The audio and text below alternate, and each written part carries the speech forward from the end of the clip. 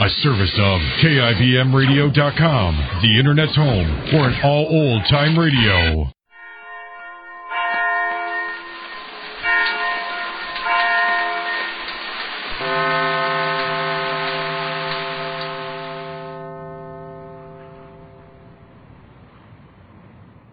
And now, another tale well calculated to keep you in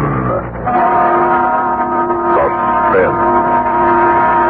A man talks to his wife and keeps talking to save his life. In just 30 seconds, Act 1 of Call Me at Half Past, written especially for Suspense by Alan Sloan.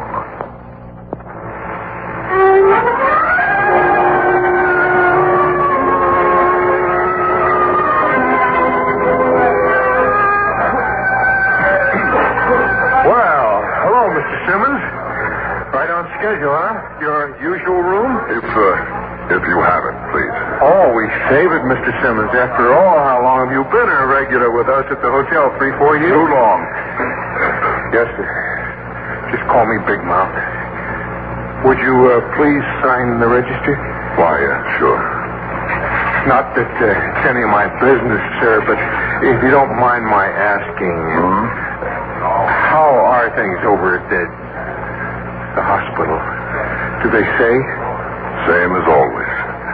They say. The wife's been lighting candles for you. I appreciate that, Charlie. Now, I'd like to go upstairs and freshen up. Oh, sure. Front, show Mr. Simmons to his room, please. Yes, sir. Coming right up. 509 for Mr. Simmons. Yeah, you see? Even the bellhops know you.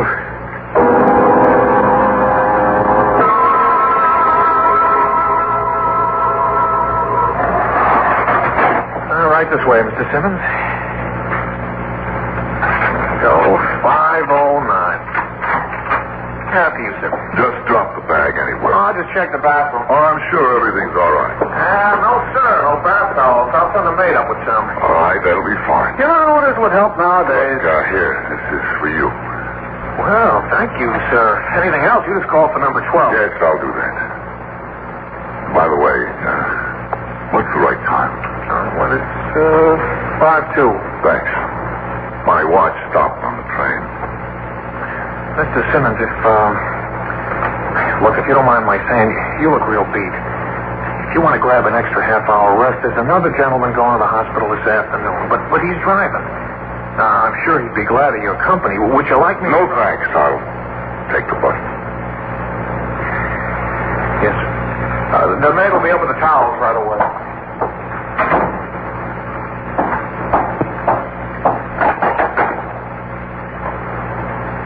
Your order, please. This is Mr. Simmons in 509. Would you do me a favor? Certainly, sir. I'm going to take a nap. Would you call me at 5:30? And operator, keep ringing until I answer. Don't worry, Mr. Simmons. We'll see you don't miss the bus. Everybody knows. Lighting candles, saving my room, watching my time. Lord. Oh, Lord, again. Know it or not, believe it or not, she's in your hands. But one of these times, one of these days, let it be the last time, God. Please. Oh, the damn cows. Come in. All right, just a minute.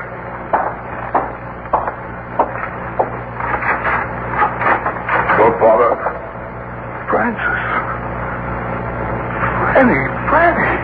Hello, Cliff. But what is it? Honey. Love, come in. Thank you. I thought you were the maid. Franny, what's happened? Why didn't they tell me? God, what are you doing? Isn't you? Well, they didn't call, they didn't write, they didn't wire. Oh, Franny, darling, this is unbelievable. Thought you'd be surprised. Let me take you in my arms, darling. Franny, you're well. Am I? Why, of course. If they'd let you come down and meet me. But what a surprise. This will surprise you even more. Franny, Give me the gun. No. Be a good girl now. Give it to me. Come on now, Franny. Get back. Franny. I said back. Oh, honey. Let's not do things like this. Oh, dearest, I just so... Franny. And what? Go ahead, say it. Franny, dear heart. Oh, dear heart me. Please. Oh, well, now that I like. Say please. Franny, you're very upset. Now, let's sit down and... That's a very poor diagnosis. They don't send people where you sent me because they're upset. But I wanted you to get well, Fran. You see, the doctor... Mad. Crazy, mad. No, there's nothing the matter with me. I just hate you, that's all, and I'm going to kill you dead. No. I am going to kill you. No, you're not, Yes, Franny. I am. You sent me there, and there's nothing wrong with me. Why, of course there isn't. Don't you see, that's why you're not going to do anything foolish. Only sick people do things like that. And you just said there's nothing the matter with you. Why, if they let you come to see me, you must be all well again. And if you're all well, why, you don't want to do anything foolish? Isn't that logical? Dear, doesn't that make sense? Oh, I love to hear you talk like that.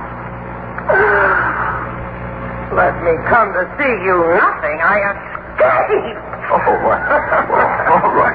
All right. Let's have a drink, son. Okay. Get away from that phone. I was only going to call room service. Not enough room service. For 3 years you made them keep me in a room. Yes, but it's all over now, see? Come on, Franny. Let's just get out of here and go home. No.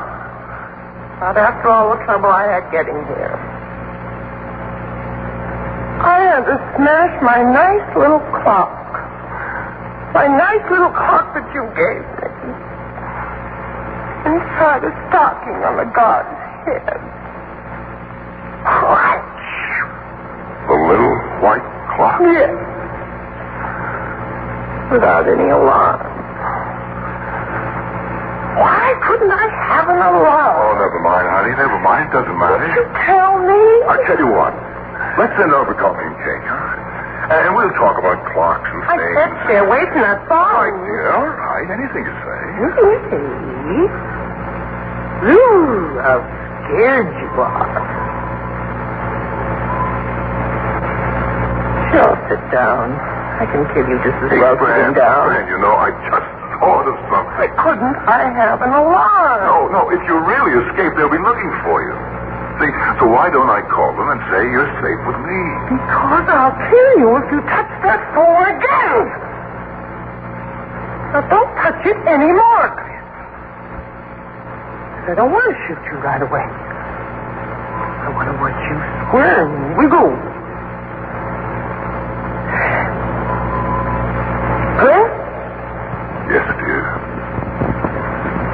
What did they do to me? I can't remember things. I remember near things.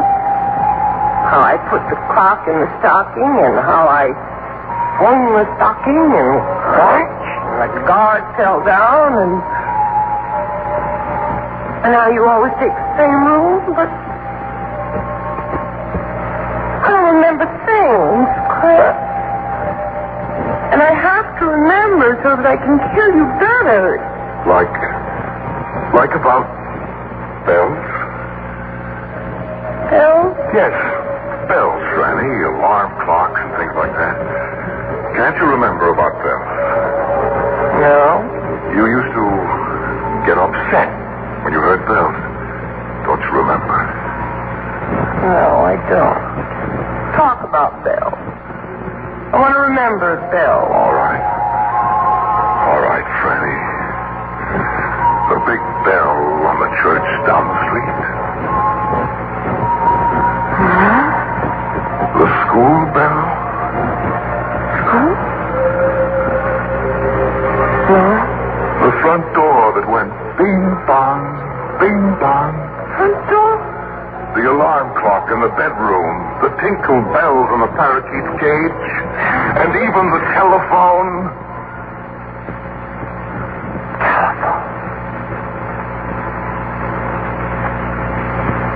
No, I didn't have a telephone. Yes. Yes, I did, but you made them take it away.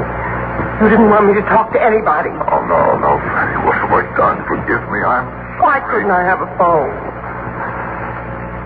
Fanny, honey, let me see the gun, will you? I've never seen a gun so close. Sit down. All right, yes. I am sitting down. You see? Now tell me about the telephone.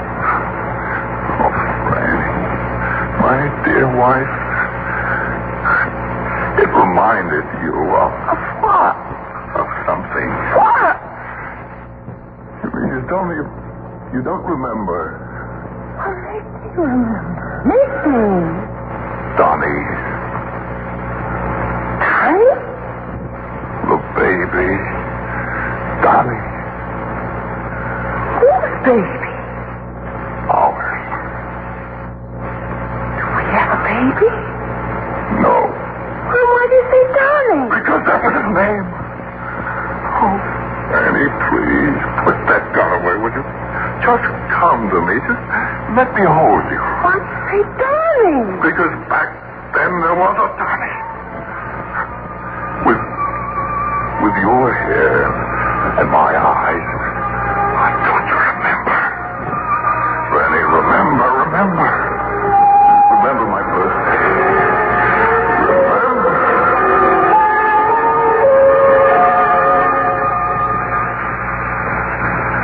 Mommy making cake? That's right, darling.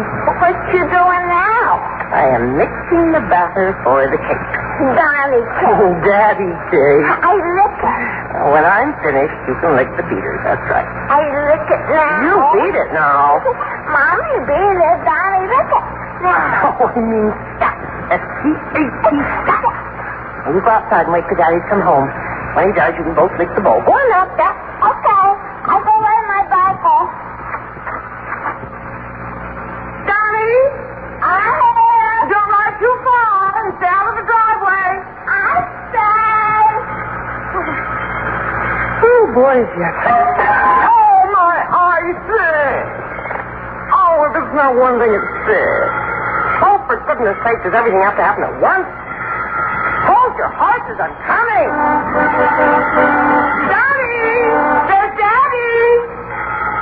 Daddy, get out of the driveway! Look out!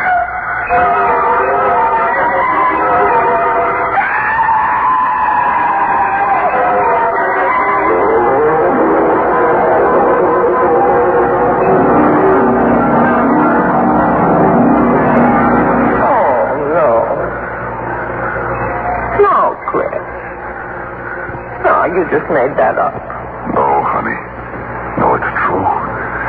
And you see, when the telephone rings, you remember it. You live it again. No. Yes, when any bell rings, you remember it. I was going to kill you because you put me in that place with the locks. Now I'll kill you if that story is true and you killed my Donnie with your car. Oh, God, Frank, it was an accident. Don't you think I'm sorry? That's the way I am.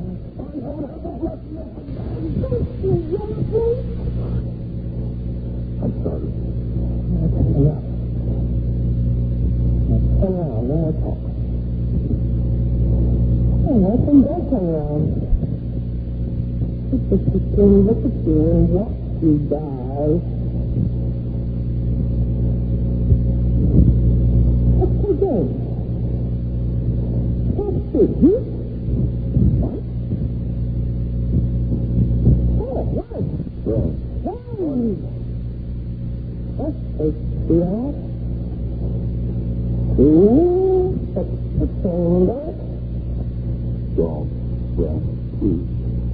You'll be all alone if you show me. One, two, just for you and one for me. Okay.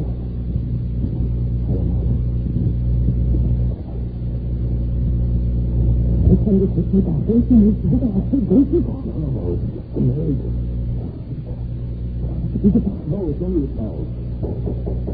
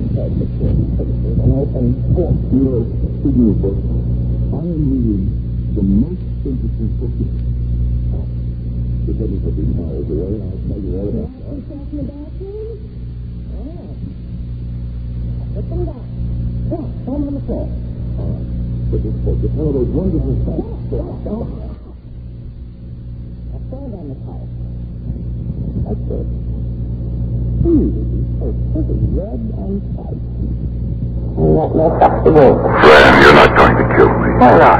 Because I love you. Because people don't kill those who love them. You don't love me. If you know anything, you know that. Well, I hate you. But that proves you love me, you see? Hate is... Stop looking at your watch. Oh. Would you like to see it, Fran? It's new. I'll get you one even prettier if you want me. You never get me anything. You make them do things to me, but you never bring me anything. That is not so, Yes, Fran. it's so. You just take things away from me. You took the telephone away so I couldn't talk to anybody and locked me in the house all day so I couldn't see anybody. Oh, do you remember that? Yes, I remember that. But I don't remember why. Well, I had to, dear. I thought I could take care of you by myself after the baby... What baby? Donnie. Oh, Franny. I used to bring you lots of things when I came home. Watches and flowers and pictures, pretty things. You didn't want to go out. You wouldn't go out, so I brought you things. You said you were lonesome. Remember? So I brought you something once for company. Fran, try to remember. It was the day I came home with something little and soft. Remember? Franny. Oh, Fran. Come see what I've got for you. What? Come see, dear. No. Oh, please, dear heart. Come and see. Bring it to me. Sweetheart, don't just sit in that chair by the window all the time. Please come see. No, bring it here. All right. Here. I've opened the box. What's that? Well, it's a kitten. Just a tiny little kitten. What's it for? To take care of. Something small and soft for you to take care of. Not me. Oh, come on. Look at her. Isn't she cute? Take it away. A tiny little kitty, Fran. Oh, come on, love. Hold her. If you hold her, you'll never want to let her go. She's so tiny. She needs someone to hold her. I don't want it. See? She wants you to hold her. Don't put her on Oh, me. Franny, she loves you. Listen to her purr. You see? There. How about that, Franny? What do we name her? Listen to her purr. Oh, little and soft.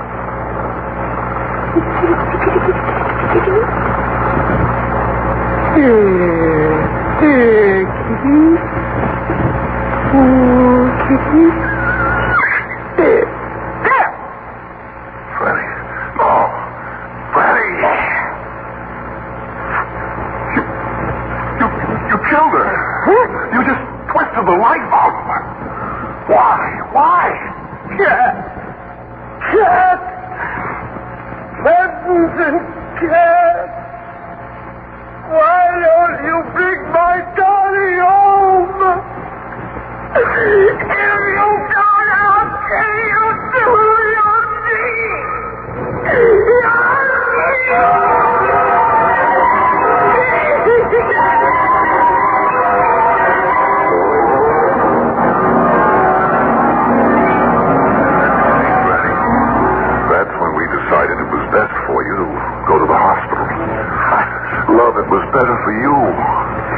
For you mean. You were scared of me, weren't you? Just like you are now. Honey, you must be getting awfully hungry. Why don't we go down and see if the dining room is open? It's nearly 1:30. Oh, I'm hungry, all right. Oh, then good. Let's go downstairs.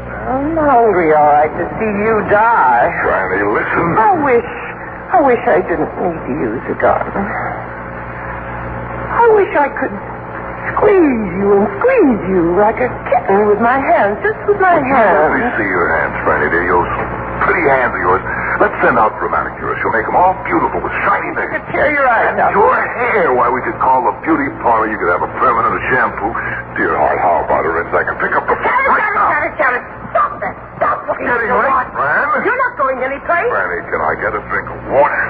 Salivary inhibition. And if you don't attention, the mouth becomes dry. There. Granny, I need a drink.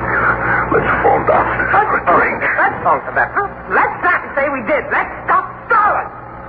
Don't let you do anything now but die. This time you won't know when it's going to be. No counting, no games, no 1, 2, 3. Any minute now, you hear? Any minute now. No, Franny. No, not here. What's wrong with here?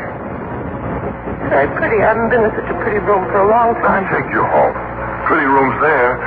Look, we can just catch a train or rent a car. We can be home. Plenty of time. For you. Cliff, honey. Yes, Fran. Yes, darling. Look at me, Cliff. What's right? Oh, I am looking at you, dear heart. See? Poor little man. Fire. Ruining his Sunday go visiting. Sure. There's another in my bag. Anything you say. But let me change my shirt before we go down for dinner, They'll be ringing the dinner bell pretty soon. You said bell. I'm sorry. It slipped. It didn't scare me. Bell? Doesn't bother me. Bell. Ding dong bell. Put you in the well. Oh, Franny, that's wonderful. You see?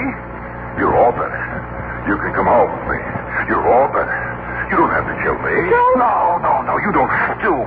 Not anymore. I do, and I'm going to, and it's about time. Oh, you're so clever. Oh, you stall with your bells and kittens and children. Don't you remember Donnie? There's no Donnie. There never was a Donnie. There's only me and you, and in a second there's not going to be anybody but me. If you run out of time with this, I'm going to kill you right now. Donnie, get out of the driveway! Look out!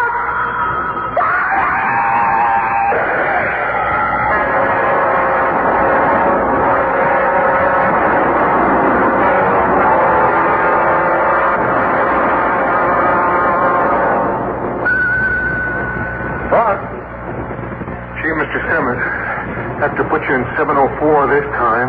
Hope you don't mind. Oh. No, I don't mind. How are things at the hospital, sir? Oh, same as always. Would you tell the operator to call me at 5:30?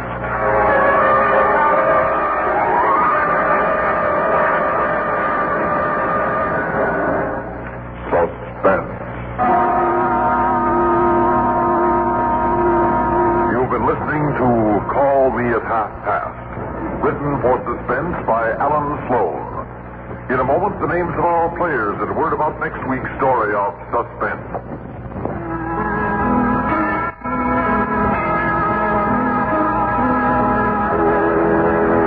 Featured in tonight's story of Suspense were Elspeth Eric as Fran and Bernard Grant as Cliff. Also in our cast were Lawson Zerby, Sarah Fussell, Jack Grimes, Freddie Chandler, and Frank Milano.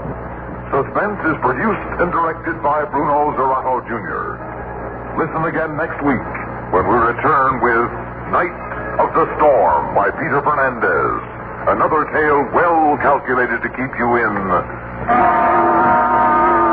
suspense.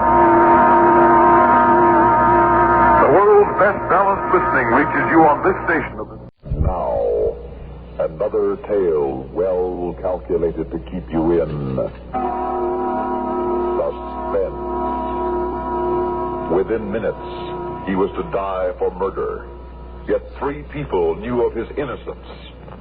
In a moment, Act 1 of Night of the Storm, written for Suspense by Peter Fernandez.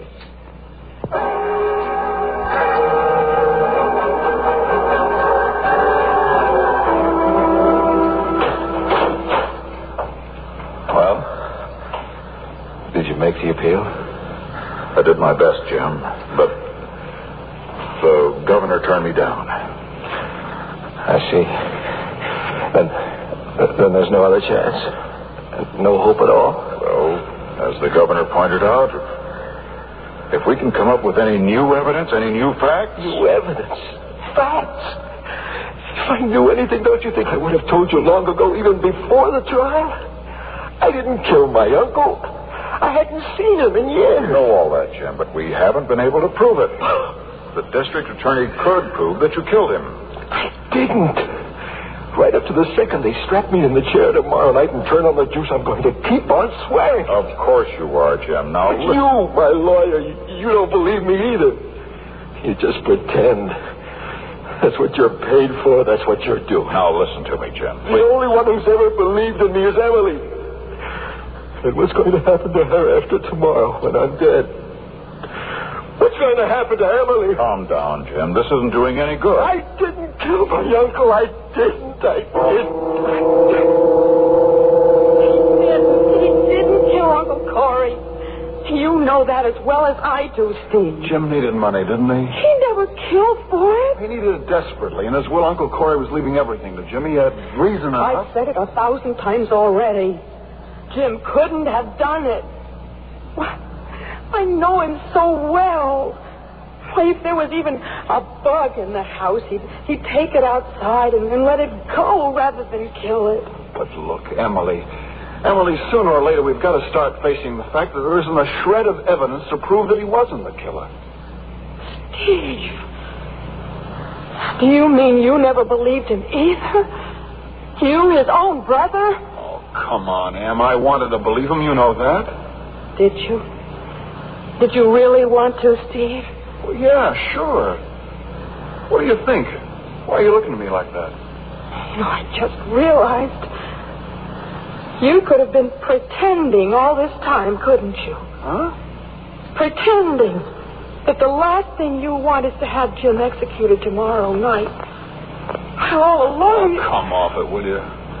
Steve, when and if Jim dies, you get that money, don't you? Gee, Em, I don't know. I hadn't thought about it. Oh, I'm sure you must know that will by heart. What does it say now? Everything is left to Jim, but in the event of Jim's death, then, Steve, you become the rightful heir. Isn't that the way the will reads, isn't it? Listen to me, Emily. $48,000. Oh, you'll become a rich man if your brother dies. I just wanted to stop by and comfort you tonight. Had an idea you'd be pretty broken up, but I don't have to listen to that kind of talk. Not even from you. Good night.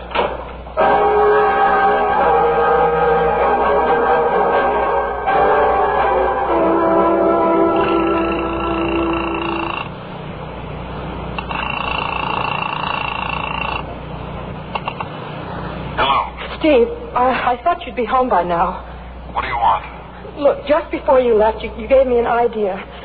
Tell me, I've forgotten. What was the name of that woman you were with the night Uncle Corey was killed? Now, what do you want to know that? Please, what's her name?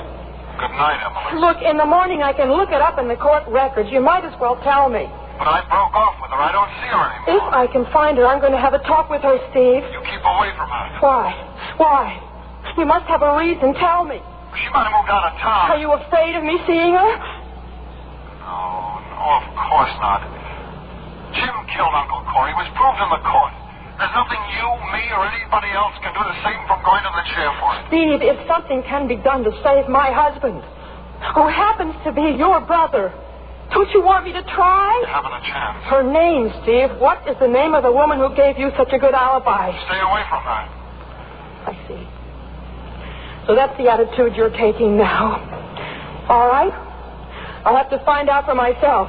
Good night, Emily. I'll get her name and address from the court records. Good night.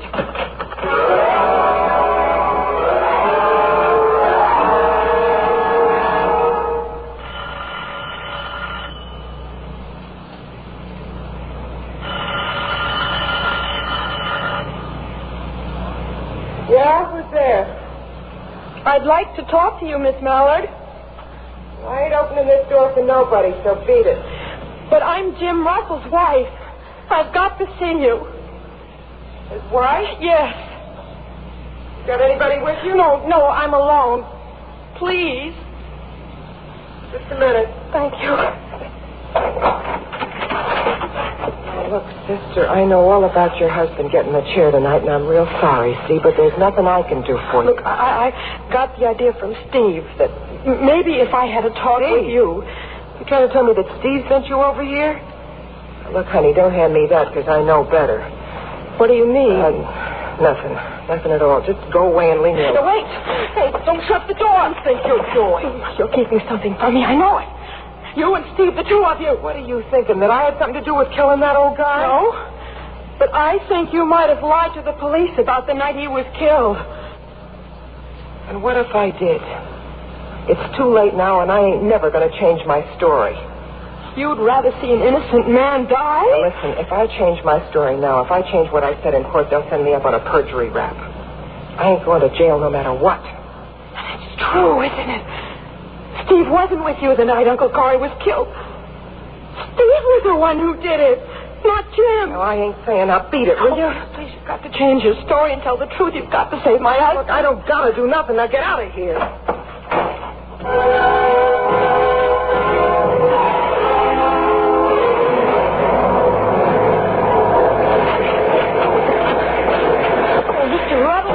Thank goodness. Oh, hello, Mr. Russell. Mr. Rutland, I've been waiting here in your office for almost 2 hours. It's that storm out there. The highways are flooded. I know. My car stalled when the ignition got wet. Well, anyway, I'm here, but I'm sorry to say that the news I brought from upstate isn't good. Mrs. Russell, there'll be no reprieve tonight for Jim. Yes, there will.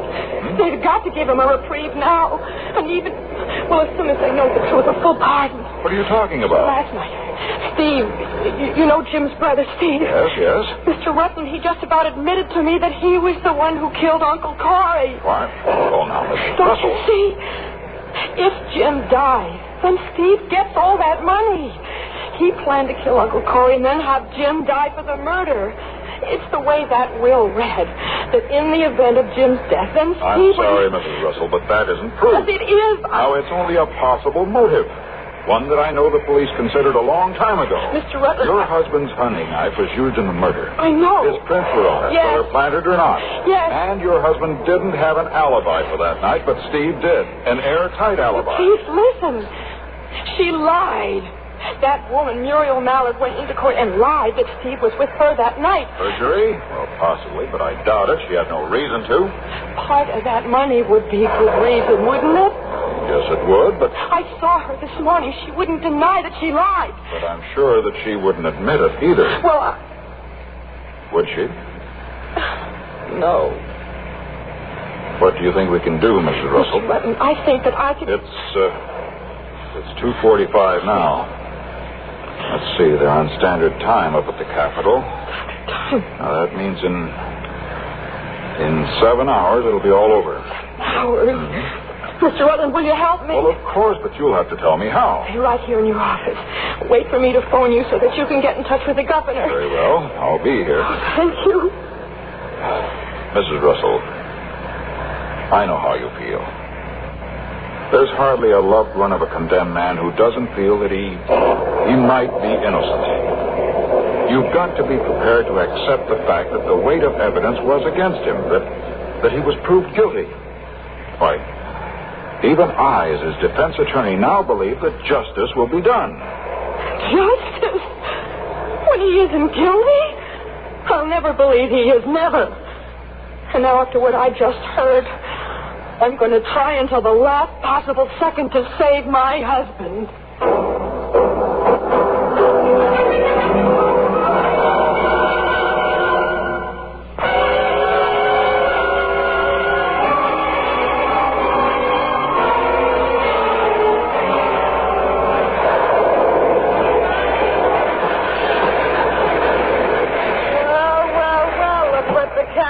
get out of the rain. Muriel, listen, I've got to talk to you. Go away. I told you once today to beat it. I'm not going to beat it. It's taken me all afternoon to find you again, and I'm not going to leave until I know it's too late and my husband is dead. Well, you don't have long to wait, do you, huh? Well, that clock up there says 8. It's 8 here. But up in... It's 1 hour. That's all. And then you're a free woman, right? Right. Hey, Mac! What do you want, Muriel? Give my friend here one of these. No, I'm fine. No, I don't want another one from me. Come on, No, honey. Sit down. And take off that coat you're stopping wet. What? Take off the coat. All right, I will. It's going to be a long night. No, maybe not. It'll depend on you, Muriel. And if you'll help me. Help you? Listen, sister, in my league, nobody helps anybody. Here's your booze, girl. Yeah, thank you, Mac, very much. Come on, honey, drink up, huh? You'll be surprised how fast the time's going to pass. Go ahead. Drink it, right? Yes, all right. Well, cheers.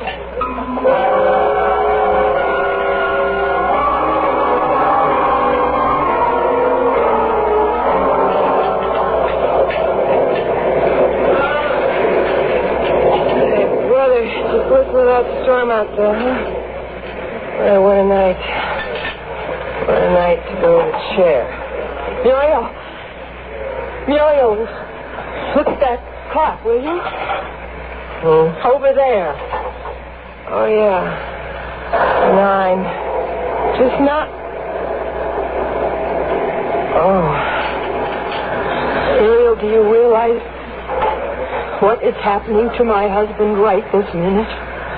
Yeah. Oh, honey, I'm sorry. I'm real sorry.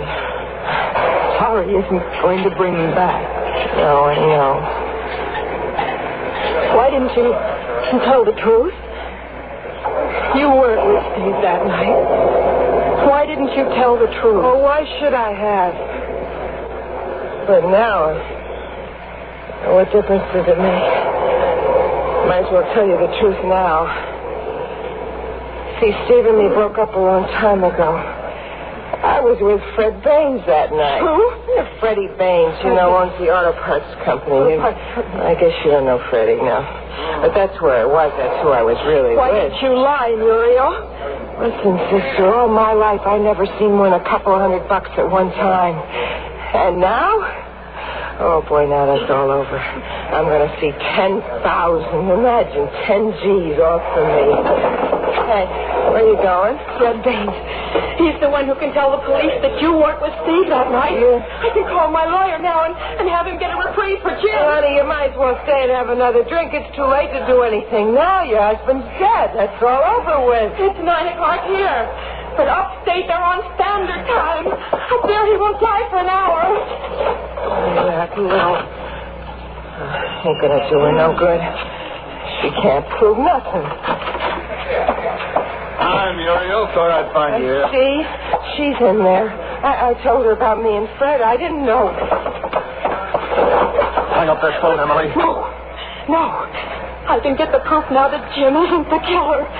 And I can prove that you were the one, Steve. Guns in my pocket, aim right at your head, Emily. Hang up that phone. No, Steve. Hang it up. No. Following you all afternoon, just waiting to see if you make a move like this. Well, didn't do you any good. Just kept your nose out of this. Well, I got my car parked right outside of the church. Come on. No. What are you going to do? What do you think I'm going to do now you know about Muriel being with Fred? Won't this be a coincidence? You and Jim dying on the same night. Move, Emily, or I'll kill you right here.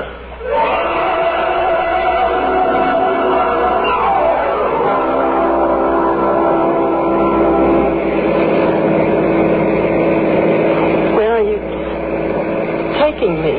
Somewhere along the river. This rain is so swollen, nobody'll think twice about finding this car out in deep water with you in it. Let me out, Steve. I'll pull this trigger right now. I'm warning you, Emily. Oh, that doesn't scare me. Not when you're going to kill me anyway. Stop this car and let me out. Don't be a jerk. Don't you think I know you'll go straight to the cops? I said stop this car. Hey, let go of the wheel. Oh. What are you doing?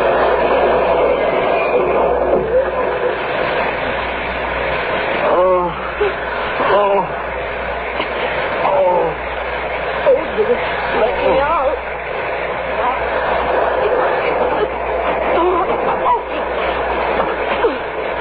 My gun. Where's that gun? Emily, come back here. Don't leave me pinned under the steering wheel like this. Emily!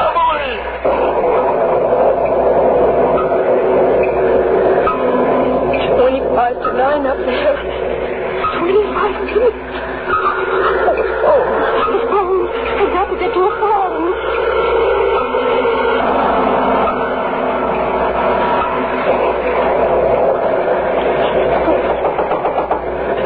Come on, isn't anyone home? Please. Oh, please, goodness. Yeah? Please. There's been an accident down that way. May I use your phone? An accident there? Anybody hurt? I don't know for certain. Please, I've just got to get to a It can't phone. be too bad if you don't even Please, know. I've got to make a phone call. I understand that, but you could have seen for yourself if you looked up at the wire coming into this house. Just electric. I ain't got no phone. No phone? That's what I said. What am I going to do? I've only got 20 minutes. Huh? I've got to get to a cell phone. I see. Well, can you make out that clump of trees up the road there? Yes. Well, just the other side. There's a bend in the road, and then a gas station. They got a booth right out near the pump. Thank you. You're getting all soaked. I'll lend you my umbrella.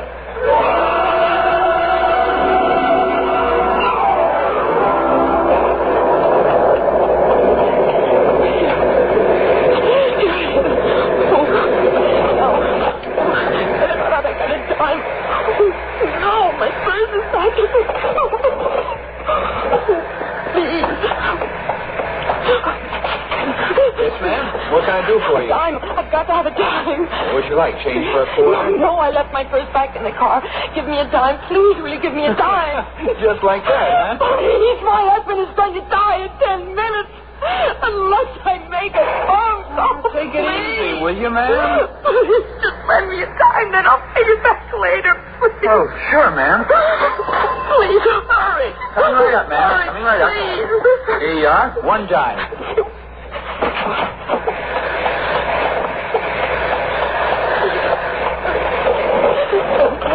Minutes. This number. What's the number? I can't remember. Oh, let's look it up.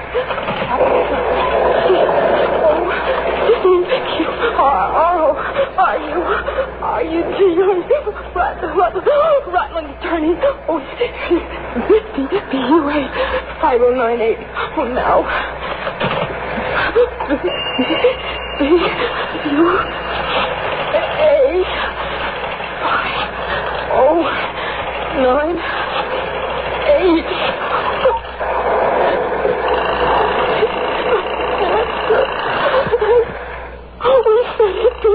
Said it right. Hello? Mr. Rutland, this is Emily Russell. They've got to stop the execution. Well, you know they can't stop it, Mrs. Russell, unless we've got definite proof that he's innocent. Mr. Rutland, we will be able to prove it. What? We will be able to prove that Muriel wasn't with Steve that night. We will. The facts, Mrs. Russell, We the facts. will. That's what they're waiting for. They'll grant a stay to investigate, but what can we give them to go on? Muriel was with Fred Baines that night. When I found out Steve tried to kill me. Hurry, Mr. Rutland, hurry, please. What's the number of the phone you're talking from? Academy 23099. All right, I'll call you right back just as soon as I've spoken to the governor. Then I'll wait here. I've got to know if Jimmy's safe. I understand. Hang up now, Mrs. Russell. Yes, of course. 6 minutes. He's got to be inside. It's Rutland, Mrs. Russell. I'm sorry to say that I couldn't get through to the governor.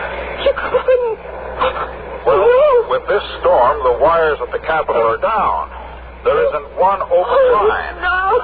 But, Mrs. Russell, didn't you hear what I said? All the lines are down. I spoke to the power company, and the electric wires are down, too. Don't you see, Mrs. Russell? There's no power at all up there. Then Jim wasn't executed? No, he wasn't.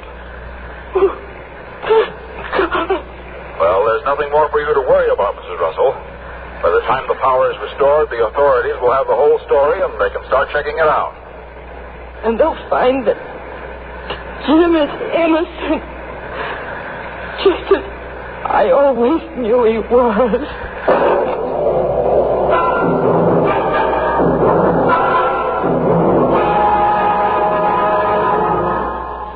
Suspense. You've been listening to Night of the Storm, written for Suspense by Peter Fernandez. You know...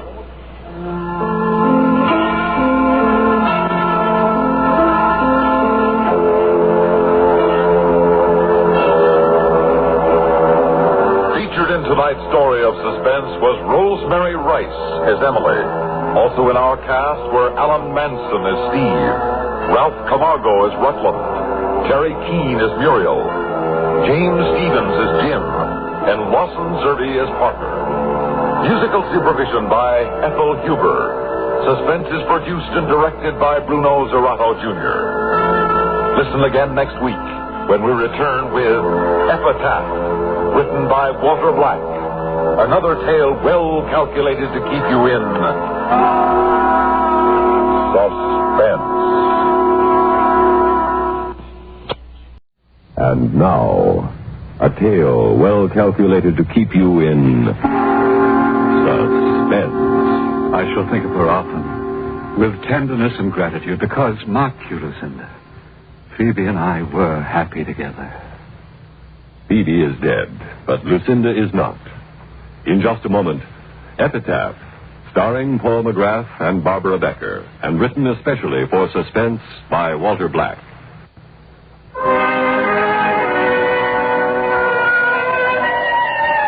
Oh, how bitter the wind is. I almost didn't come today, dear Phoebe, but I couldn't disappoint you. And see a new wreath for you. Here, at the corner of your headstone. Here lies Phoebe Howell Etheridge, beloved wife of Martin Pierce Etheridge. Born September 19, 1843. Passed away February 26, 1892. Grieve not, for we shall meet where angels sing. Oh, Phoebe, Phoebe, how I miss you. I warned you no good would come of marrying him, yet you were so sure he loved you. I knew it was only your money he wanted. But he shan't profit by your death. I promise you that, my sister.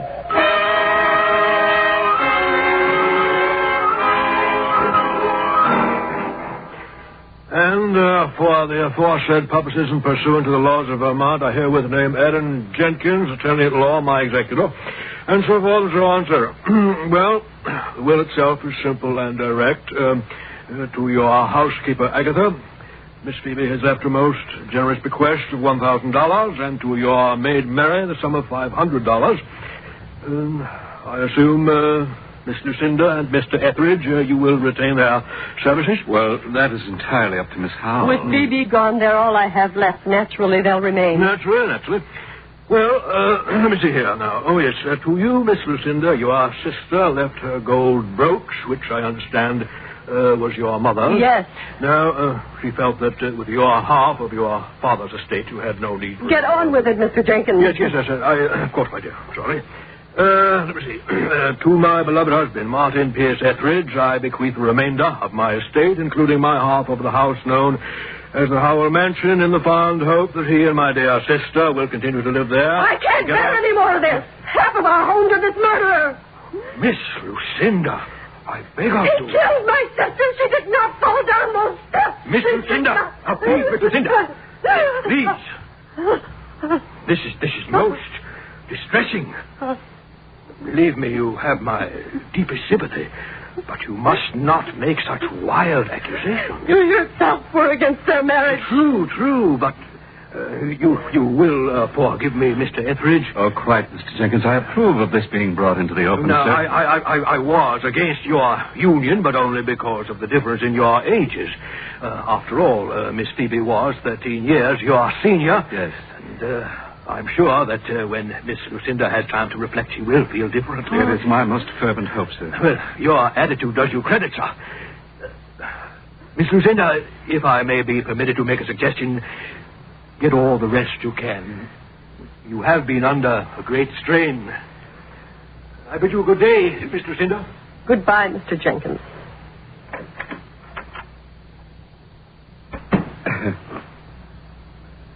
Well, Lucinda, I'm glad that this is in the open.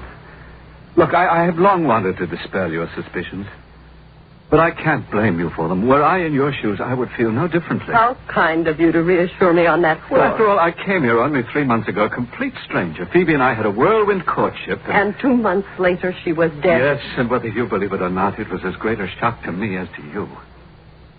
I choose not to believe it. Oh, Lucinda, Phoebe's death was an accident. And how convenient that she made a new will in your favor just 2 days before her death. You're tilting at windmills, Lucinda. Look, as her husband, I was Phoebe's heir, with or without a will. Ask Mr. Jenkins. I had nothing to do with her fall. Unless you can explain how from here in the drawing room I could have reached all the way into the kitchen in the presence of Agatha and Mary, mind you, and pushed her down the cellar stairs.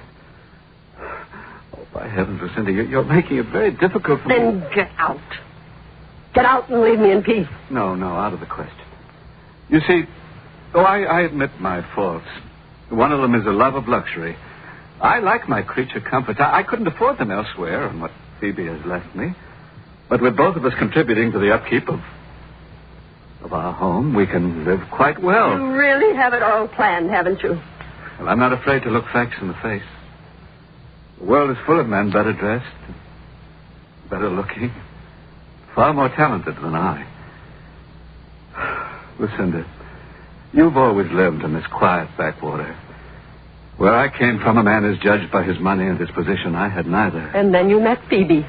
Quite the storybook romance. No, I don't claim that. But we complemented each other well. And now you'll send her money without a thought for her. Oh, on the contrary.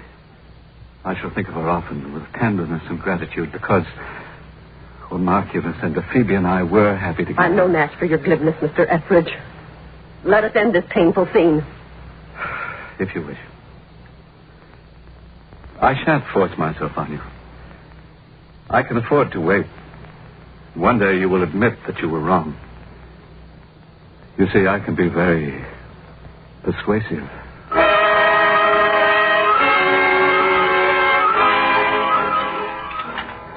Maggie, shouldn't I leave the dishes tonight? I'll do them first thing in the morning. What's your hurry?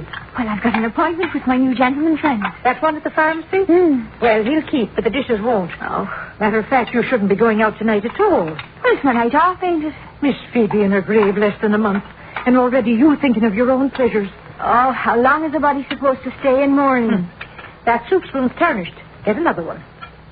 Don't seem like the same house with her gone. Oh, Agatha, do you think Mr. Martin still misses her? What a question. Of course he does. Well, he took off his mourning band. But that doesn't mean he stopped missing her. Not everyone wears their heart on their sleeves. Oh, I think he's awful handsome. And I think you'd better serve up the soup. And mind you don't spill any of it. Oh, good evening, sir. Good evening, Agatha. Mary. Good evening, Mr. Martin. Well, table looks charming tonight. Oh, thank you, sir. Oh, good evening, Mum. Good evening, Lucinda. Oh, here. Permit me. You may begin serving, Agatha. Yes, Mum. Mary. Evening, Mum. Good evening. Who put those flowers in the centerpiece? I did, Mum. I mean, who sent them? I did, Lucinda. Is that so strange?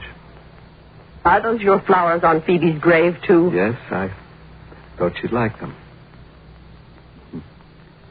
Monstrous idea, isn't it? A husband leaving flowers on his wife's grave. Your soup is getting cold, Lucinda.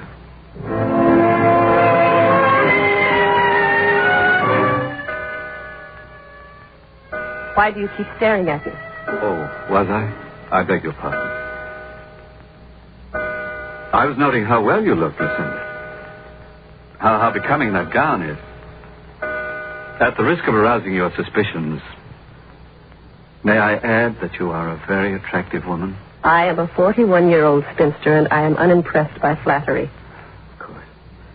Oh, by the way, I've been mulling over an idea for a memorial to Phoebe. What? Well, is that so astonishing? I shall never forget how she loved the little summer house in back. It's in a shocking state of disrepair. I think it should be cleaned and repainted, and the latticework rebuilt. And then, you know what's next on the agenda? What? 4 willow trees planted, one at each corner of the summer house. Phoebe always wanted that done. Exactly. All that will make a far lovelier memorial to her than a cold piece of marble. Oh, listen. Why, you're crying. No, I'm sorry. Did I say anything to offend you? No. It's just... Oh, of course, I understand. And Lucinda, that's only the beginning. The grounds in the garden must be attacked with vigor and determination. We'll make our home a showplace for the whole countryside. You wait and see. Ogre I may be, Lucinda, but I have the normal share of pride in my surroundings. And now, shall we have coffee in the drawing room? Yes.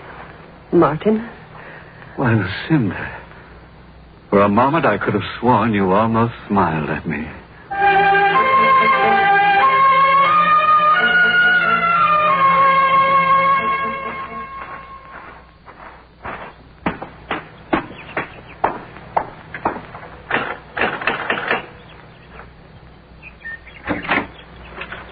Oh, well, good afternoon, Agatha.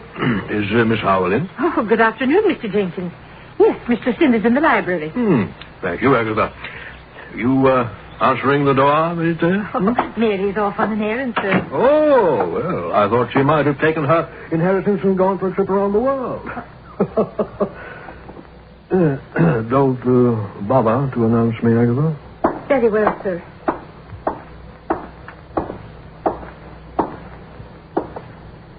Good afternoon, Mr. Jenkins. Oh, well, good afternoon, Miss Lucinda. Mr. Etheridge came to see me yesterday. Oh? Yes. He feels that you resented sharing ownership of the mansion with him. Did he say that? No. He said only that he felt you would be happier if the place were entirely yours. But I have never...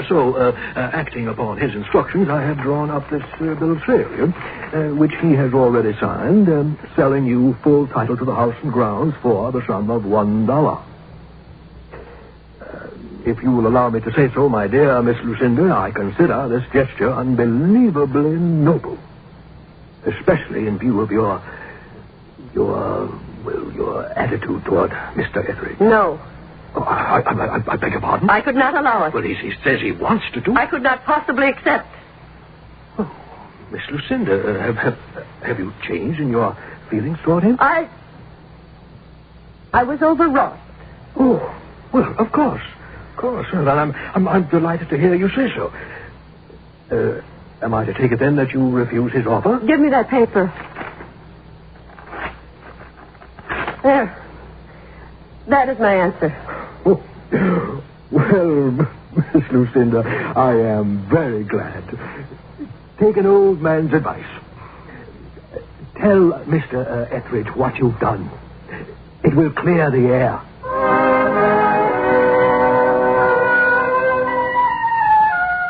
Martin, Mr. Jenkins was here earlier. He brought me this deed. Oh. It looks torn. It is. I tore it. Well, I'm somewhat surprised. Did you truly think I still resented your presence here? Lucinda, I told you once that I could be very persuasive. But as the months have gone by, I came to realize what a wrong I was doing you. No one should force himself on another. But you haven't, Martin. I mean, I was in the wrong, not you. Can you accept my apology? Can I? Oh, not one more word, my dear. We started, as of this moment, with a fresh slate. Is it agreed? Oh, yes, Martin. Oh, you've made me humbly grateful, dear sister. May I hope that you'll join me for a stroll in the rock garden?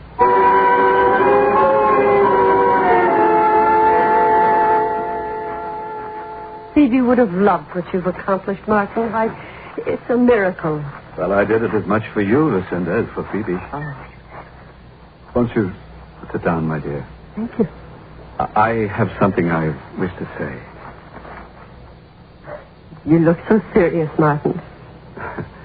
Truth is, I'm terrified. Oh, good heavens, of what? You. Me? Yes, Lucinda, I must say this fast and not at all. I have, despite all my firm resolve, fallen in love with you. Martin. No. Please allow me to finish.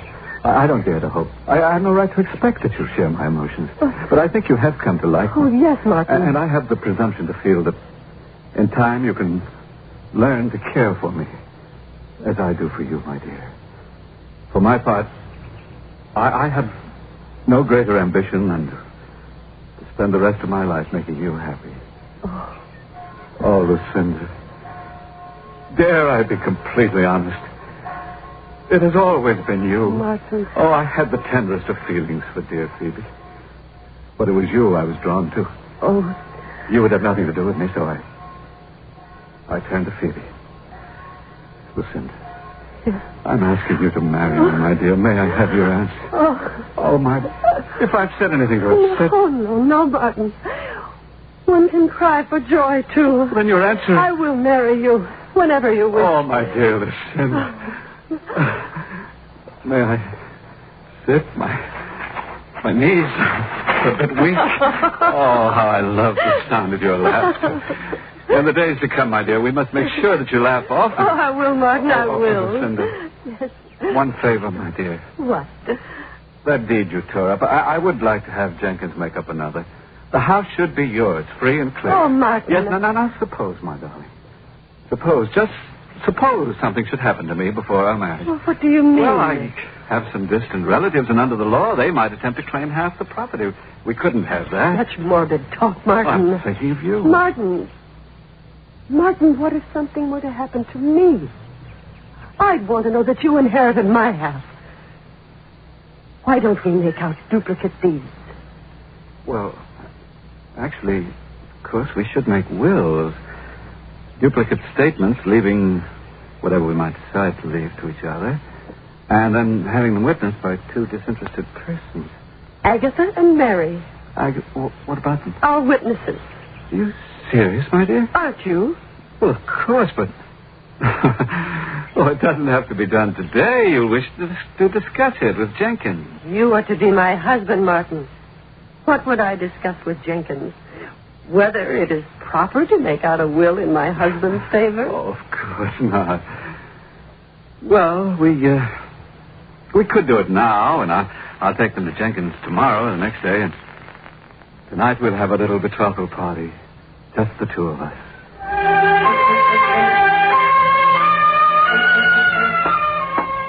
Well, what have we here? Our celebration. I brought the sherry. Oh, will you pour, Martin, dear? Certainly. Why did you give Agatha and Mary the evening off, dear?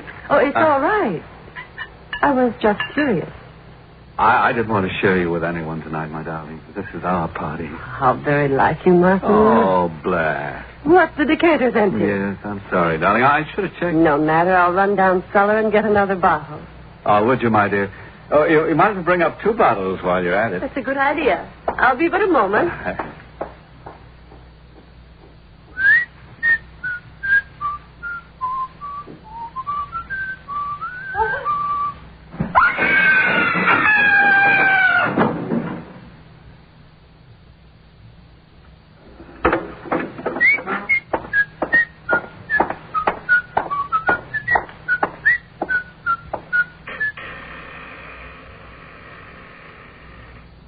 Lucinda? Oh, where's the candle? Oh, there. Oh.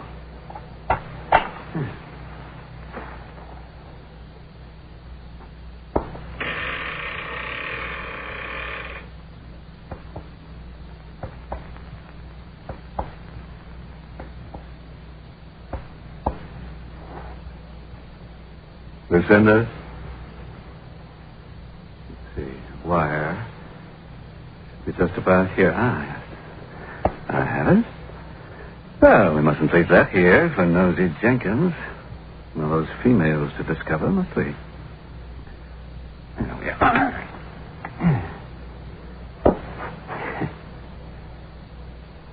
Lucinda. Is your neck broken, Lucinda? At least it was over quickly, wasn't it?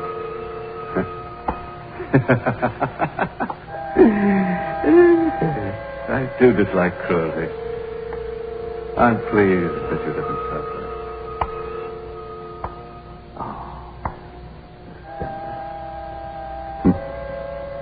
You know, really, I have been most forbearing.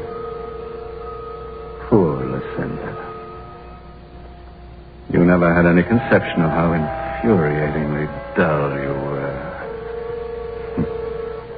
If tedium could kill, I would be lying where you are now. Well, I mustn't tarry. I shall dash all the way to Lawyer Jenkins and arrive horrified and breathless. I shall be crushed. Why, I shouldn't wonder if I became a recluse. For at least the time it takes me to sell this mausoleum and return to civilization. Farewell, dear, dull Lucinda. Oh, I have just the epitaph for your tombstone. It will look so well alongside Phoebe's. Here lies Lucinda Alice Howell, age 41. Her gullibility was her undoing. Apt, don't you think? Very apt, Martin. Well, Sheriff Perry, did you hear enough? More than enough, Miss Lucinda. Darn near turned my stomach. Come along now, you. And no tricks. I got you covered. But you don't understand, Lucinda. It was all a joke. I knew you were only testing me, so I played Get a move on that bridge. Oh, it was only a joke, Lucinda. A grim one, and I played my part to perfection. Don't you agree? Oh, I do apologize for having bored you these past months, Martin. But you're free of me now. Foolish Martin. You couldn't be content with Phoebe's murder. You had to have everything. And so you end with nothing. No. Listen. You know, for a long time I seriously considered savoring the exquisite pleasure of killing you myself. But then I decided to allow the law to do it for me. So much neater, don't you agree? Listen, please. Take him away, then. Yes, ma'am. Let's go, you. Oh, one more thing. I must return your compliment, Martin. I have an epitaph for you. Here lies Martin Pierce Etheridge, age 36. He went to the well once too often. His greediness was his undoing.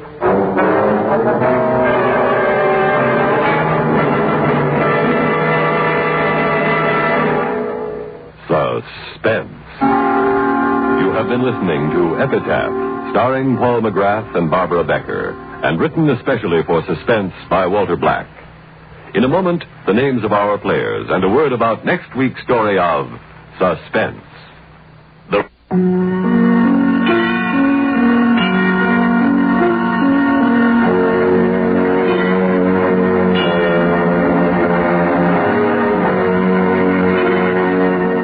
Suspense is produced and directed by Bruno Zerato Jr., musical supervision by Ethel Huber.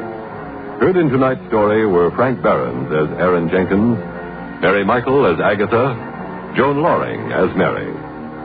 Listen again next week when we return with The Man Who Knew How to Hate, written by Walter Black. Another tale well calculated to keep you in suspense.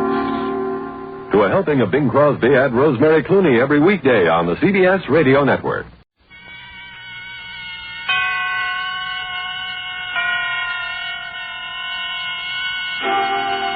Suspense. Tonight, The Man Who Knew How, starring Charles Lawton. Suspense is presented for your enjoyment by Roma Wines. That's R-O-M-A, Roma Wines. Those excellent California wines that can add so much pleasantness to the way you live, to your happiness in entertaining guests, to your enjoyment of everyday meals. Yes, right now a glassful would be very pleasant as Roma Wines bring you Suspense.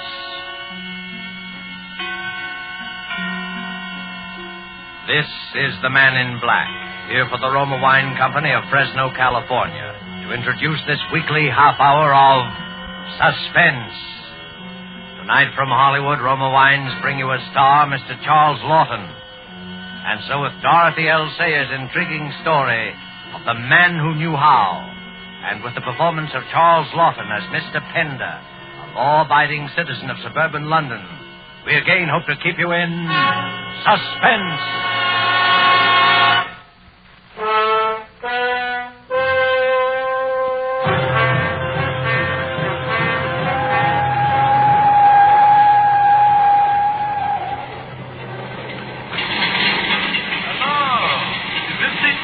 Oh, no, you're perfectly welcome, I'm sure. Oh, thank you. I'm glad to see someone. Matter of fact, night journeys are always a bit tedious, don't you think? Well, I suppose that depends upon one's destination. Oh. Would you like a book to read? I've a copy of Hangman's Holiday here. I found it extremely... Thank you very much. I never read detective stories. They're so inadequate, don't you think, sir? Most of them are rather lacking in characterization and human interest, but on a railway journey... I wasn't speaking of the characters so much. I meant the crimes. Bungled, you know. Oh, but I all don't these know. penny dreadful murderers are so incompetent. They bore me. I think you're quite wrong. The criminals in books are usually a good deal more imaginative and ingenious than murderers in real life. Than the murderers who are found out in real life, yes. Even some of those did pretty well before they got pinched. Crippen, for instance. Do you remember Dr. Crippen? Oh, yes, of course. Crippen need never have been caught if he hadn't lost his head and run off to America.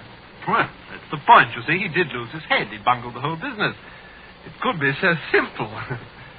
Just for argument, if you were going to commit a murder, what weapon or means would you choose? Huh? Me? Let's see. I've never given very much thought to it, actually. I know. Yes. I should use a sandbag. A sandbag? Yes.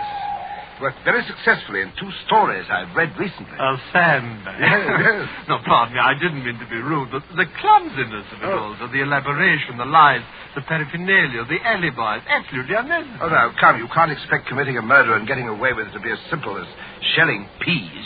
Oh, you think that, do you? Well, you're mistaken. It can be quite simple. Oh.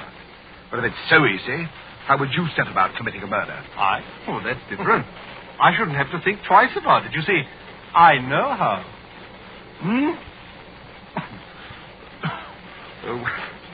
You haven't tried, have you?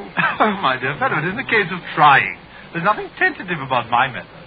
Well, what is this wonderful method? Oh, you don't expect me to tell you, do you? Well, I'd never think of murdering anybody. Oh, yes, you would if you really believed it was safe. We've all of us got a nice little murder locked up inside, just waiting for a chance to come out. Well, then, why are all these tremendous artificial barriers built up around murder by the church and by the law? Just because it's everybody's crime, that's why. As natural as breathing. Well, that's ridiculous. Yes, that's what most people would say, but I wouldn't trust them. Not with sulfate of thanatol to be bought for 2pence at any chemist. Sulfate of what? Oh, you think I'm giving something away? Well, I'm not. It's a mixture of that and 1 or 2 other things, you see. All equally ordinary and cheap. For 9pence you could make up enough to poison the entire cabinet. Of course, it wouldn't do to polish them all off so many at a time. Might look queer if they all died simultaneously in their bath. Why in their bath? Well, that's the way it would take them. It's not the mixture alone that does the trick. You see, it needs hot water to make the stuff take effect. Really? Just a hot bath, any time from a few hours to a few days after administration. It's quite a simple chemical reaction. Couldn't possibly be detected by analysis. It would look just like heart failure. I've never heard of such a thing. You know, it's very odd how often one seems to read of people being found dead in the bathtub. Have you noticed? No. But look here. If nobody is fit to be trusted with this potent formula... I'm not to be trusted either. Exactly. Well, that's true, but it's past praying for now. I know the thing, and I can't unknow it. Unfortunate, perhaps, but there it is. Are we slowing down? Yes, this is Rugby. Rugby already? Oh, dear me, I've got to get out here. I have a little business to do with Rugby. Yes. Well, I'm very indebted to you, sir. I've been quite entertained with your secret formula. Excuse me. What did you say was the name of that stuff? Sulfate of what was there? Oh, now, look here. If I were you, I'd just put it out of my head and forget it. Now, there's a good fellow. Forget it. Yes. Yes. I'll try to forget it.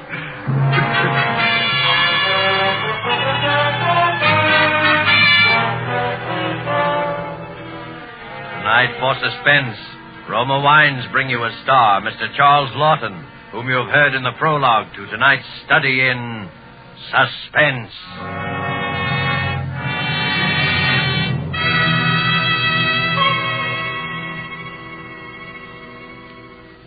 Far to the south of us is our good neighbor country, Ecuador. Let's imagine ourselves there now, dining on the roof terrace cafe of the exclusive Hotel Metropolitano in Guayaquil, Ecuador. Near us, an American has just complimented his host on the magnificent dinner, to which his host quickly responds, "Ah, yes, it is true that our foods are famous. But from your land comes a rare delicacy also. It is this superb wine, so excellent that we in Ecuador import it from your United States. My friend, I drink to you in your own delicious Roma wine." Our Ecuadorian friend is right, for Roma wine's superb quality has won such favor in many far places that they import it, enjoy it as a rare luxury. But not so here in America. Here, millions know and enjoy Roma wines as an inexpensive, everyday delight, at meal times and when entertaining. So many, in fact, that Roma is America's largest selling wine. With no high import duties to pay nor expensive shipping costs, you enjoy these distinguished wines for only pennies a glass. Ask for Roma wines, which bring you old-world winemaking skill, plus Roma's own modern controls and testing. That's ROMA, Roma wines, America's largest selling wine, made in California for enjoyment throughout the world. And now it is with pleasure that we bring back to our soundstage Charles Lawton in The Man Who Knew How, a tale well calculated to keep you in suspense.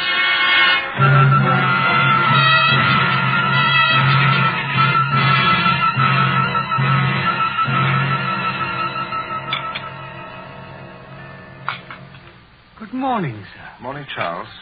I've an egg for your breakfast, sir. Oh, thank you. They're quite scarce now, you know. Yes, I know. Will you have your tea now, sir? Yes, please. Anything in the post? Only a note from your tailor, sir. He'd be pleased to have you come in for a fitting at 1 on Tuesday next. Oh, very well. Charles, what's the backstairs gossip in the neighborhood? Nothing much, sir. Mr. Skimmings, the old gentleman in number 11, had a falling out with his nephew and has drawn up a new will, they say. Oh, really? He's left everything to his new housekeeper, Mrs. Digby. Well, she's been with him nearly 20 years. It reminds me, Charles, I should draw up my will one of these days, you know. And, Charles, I shan't forget you. You've been more than loyal. Well, thank you, sir. Charles? Yes, sir. Charles, has it ever occurred to you that an unusually large number of people die in bathtubs? In bathtubs, yes, sir? You know, they seem to have a heart attack while in their bath and never come out of it. It's a common occurrence, I dare say, sir. There was one in the paper like that this morning. There was? Yes, sir. Right on the front page it was. That's how I happened to notice. Here, it's this account, sir. Let's see. Wealthy manufacturer dies in bath. Mr. Brittlesea it was, sir. One of the Brittlesea's engineering works at Rugby. Rugby? Do you know him, sir? No. No. But I believe the paper says his wife found the poor man. A heart failure. Oh. It's a very peculiar coincidence. What, sir?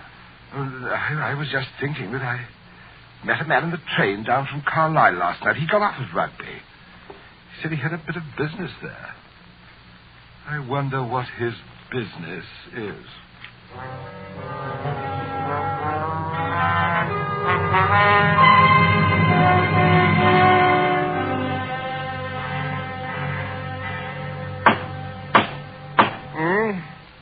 Charles? Charles? Charles! There's someone at the door. Oh, the bell must be out of order. Charles! Where did I slip her? Never find it as soon as I put better. Charles! All right, just a moment. Just a moment. Is anybody there? I'm coming. I'm coming.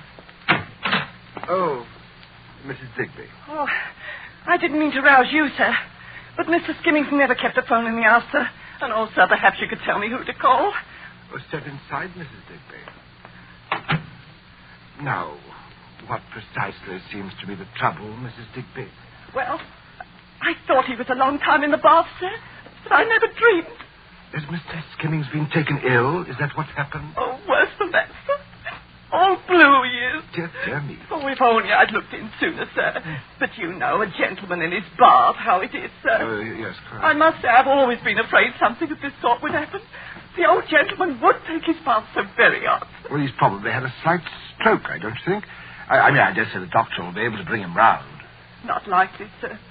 From the look of him, he's been dead for some time, sir.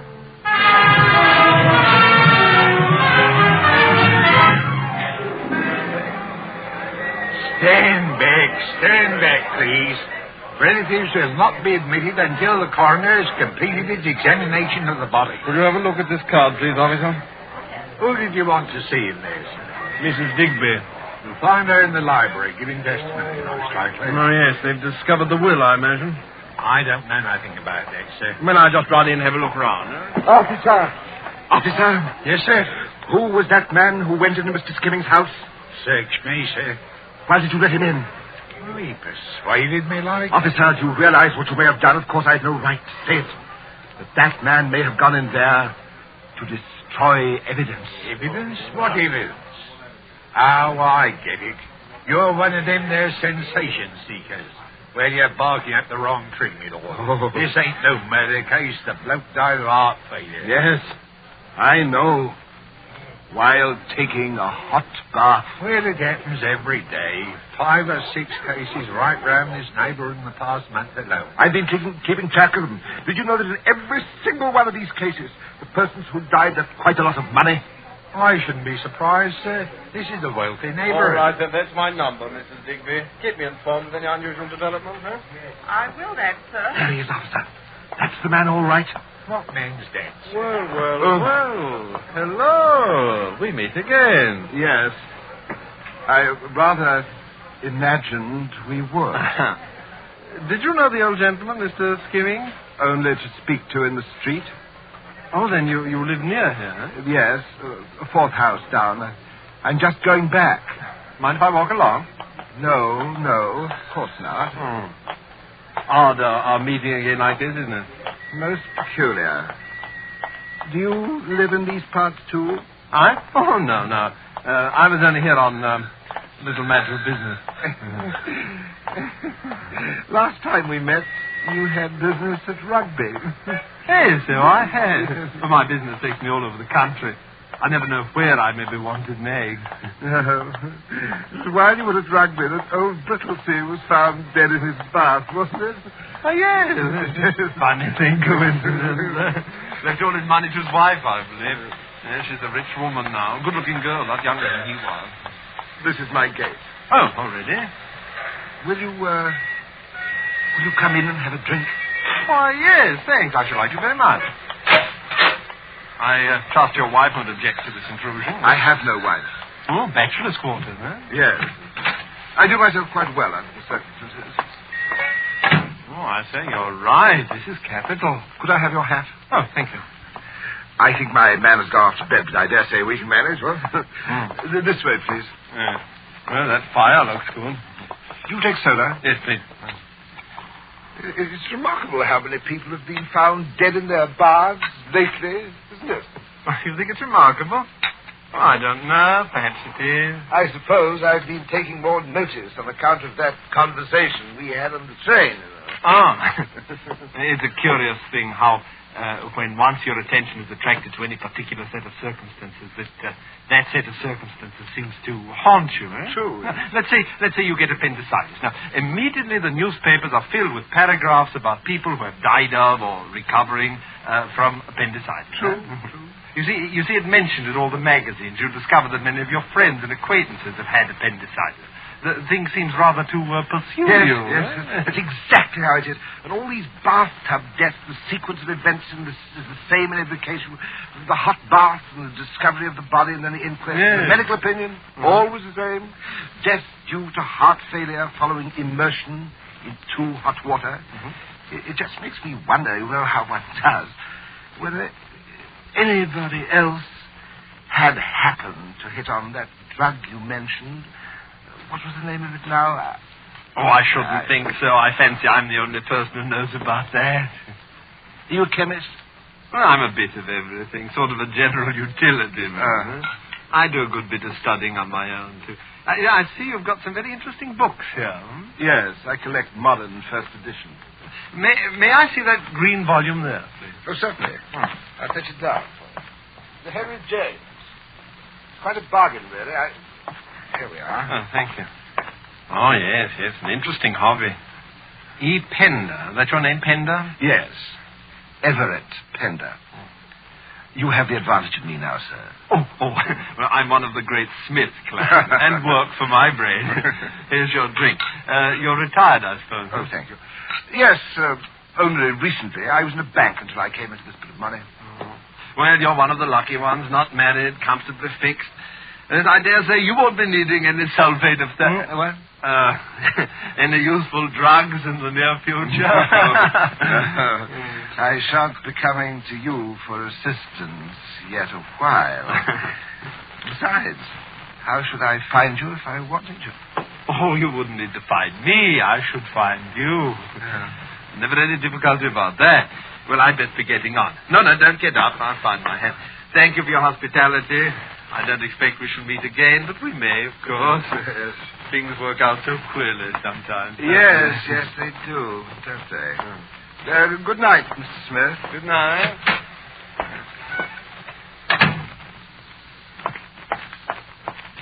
I beg pardon, sir. Oh, hello, Charles. I thought you'd gone to bed. I heard voices and thought you might be wanting something. Oh, that was just an acquaintance. Stopped in for a drink. He's gone. Shall I take the glasses? Yes, thank you. Do you wish to finish yours, sir? Mr. Pender. What? Your drink, sir. Do you wish to finish it? Oh, yes, of course. Thought I had. There you are. I'll draw your bath when you're ready for it, sir. Oh, there's no hurry. Tell me, Charles, did you ever notice a tall chap with very thick spectacles and curly grey hair calling on Mrs. Digby? Why, yes, come to think of it, I have, sir. But then he always seems to be about whenever there's a death in the neighborhood. Lately, that is. Did you ever talk with him, Charles? Why, not to mention it, sir. You did talk to him, Charles. Why are you so upset? Well, sir, it was about Mr. Skimmings changing his will in favor of Mrs. Digby. And the grey-haired gentleman, Smith, I believe his name is, asked whether you hadn't changed your will lately. Did you tell him I'd left everything to you? Not in so many words, sir. But you gave it away. So that's his game. Oh, good Lord in heaven, what is it, sir? That drink. He poured it when I was getting a book down from the case. What is it, sir? Charles, under no circumstances am I to have a hot bath for at least 2 weeks. Do you understand? No hot baths. Very well, sir. Charles, in the paper, has anyone else died in his bath? Why, as it happens, yes, sir. Here it is, sir. The inquest will be held tomorrow at 3. The inquest? The inquest. Yes, Charles. I know what my duty is. I shall be at that inquest tomorrow.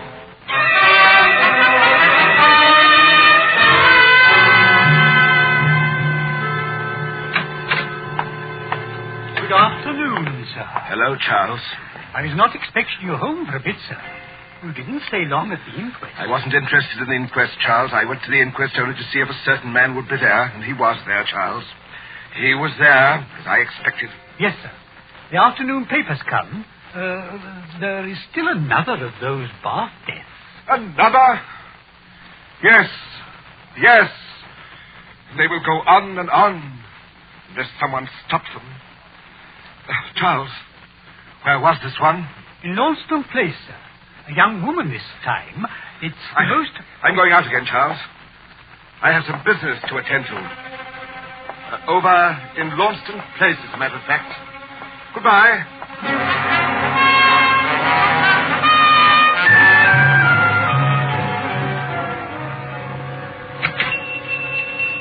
Yes, sir. What can I do for you, sir? Do you have one of those old-fashioned sandbags? Sandbags, sir? The kind one uses to keep drafts from coming in under a door. Oh, yes, I think we may have one there. Oh, yes, here we are, sir. Not much demand for these nowadays. No, I suppose not. Now, careful if you use it on a stair landing, sir. You know, one of these fell and hit a woman on the head, a case I know. Knocked her out cold. You don't say. Really? Well, I'll be very careful. Yes, very careful.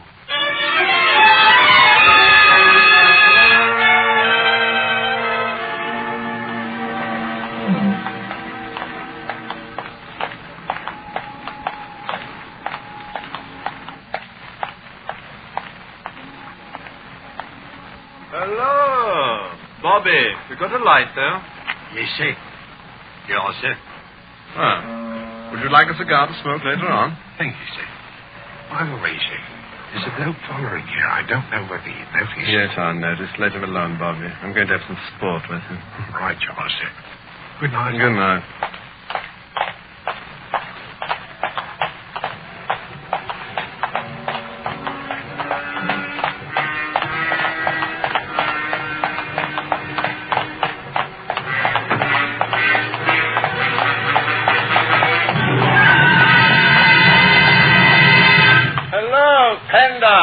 Come on out from behind that post. I know you're following me.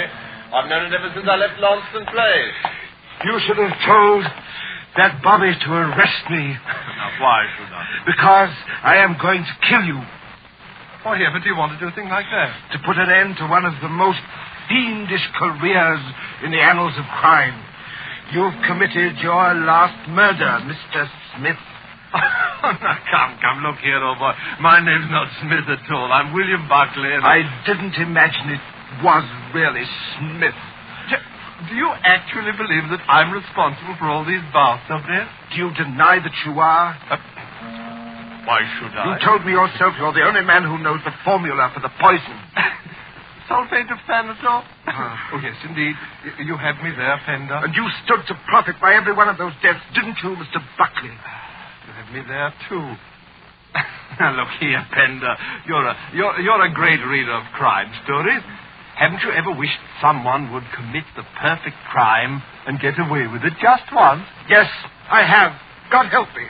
But I don't anymore. I saw old Skimmings dead in his bath, blue and horrible. The man who committed that outrage must die. Pender, you, Buckley. You, Buckley. Pender, you're you mad. You must you don't die. Pender,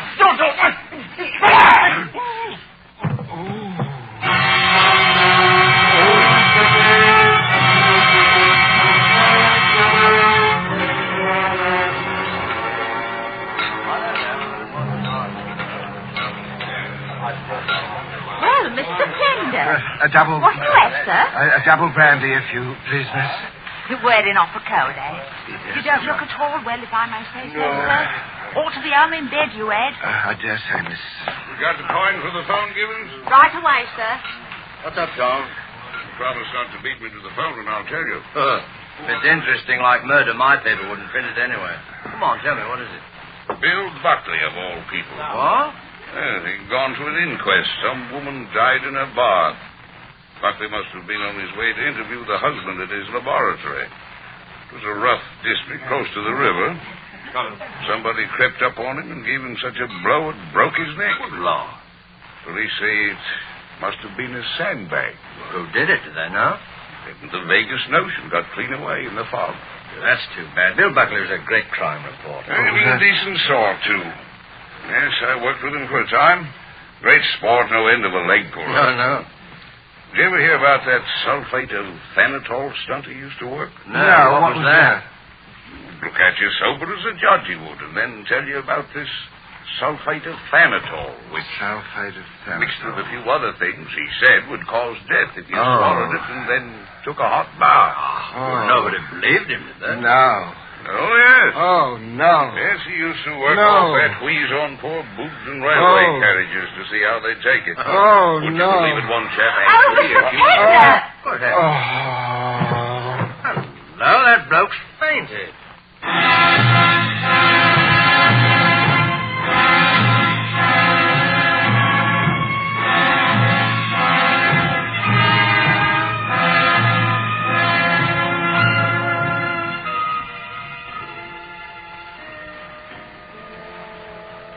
How's the old boy feeling now, Charles? Much better, sir. He caught a bit of a chill out of the fog, I think. I put him to soak in a hot bath. Oh, that ought to do the trick. Well, if there's nothing more we can do. Mr. Pender wants me to thank you for bringing him home, gentlemen. Oh, there's nothing really. Well, good night.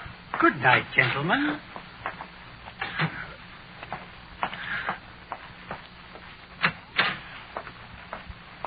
Is your bath hot enough, sir? Mr. Pender. Mr. Pender. I found out the name of that drug, Charles. Sulfate thanatol. Oh, sir. Mr. Pender. Mr. Pender. He's dead.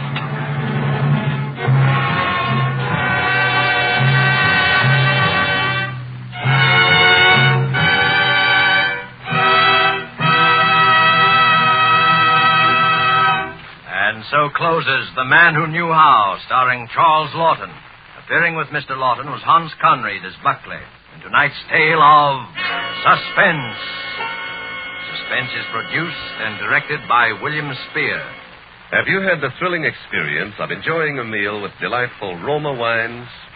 Well, tomorrow evening, we suggest that when serving your dinner, whether it be fish, meat, or poultry, just place a well-chilled bottle of your favorite Roma wine, Sauterne, Burgundy, or Claret, on the table with the meal. You'll be in for a new experience in just how good even the simplest everyday foods can be when served with superbly flavored Roma wines. Don't put off discovering how much these delicious and inexpensive Roma wines can add to the pleasure of everyday living. Remember, thousands make Roma wines their daily standby for greater enjoyment at a cost of only pennies a glass. Ask for ROMA, Roma Wines, America's largest selling wine, made in California for enjoyment throughout the world. Next Thursday, same time, you will hear Miss Agnes Moorehead and Mr. Ray Collins as stars. They will be heard in The Diary of Sophronia Winters by the distinguished radio playwright Lucille Fletcher. Don't forget to listen next Thursday to Suspense. Presented by Roma Wines, ROMA, made in California for enjoyment throughout the world.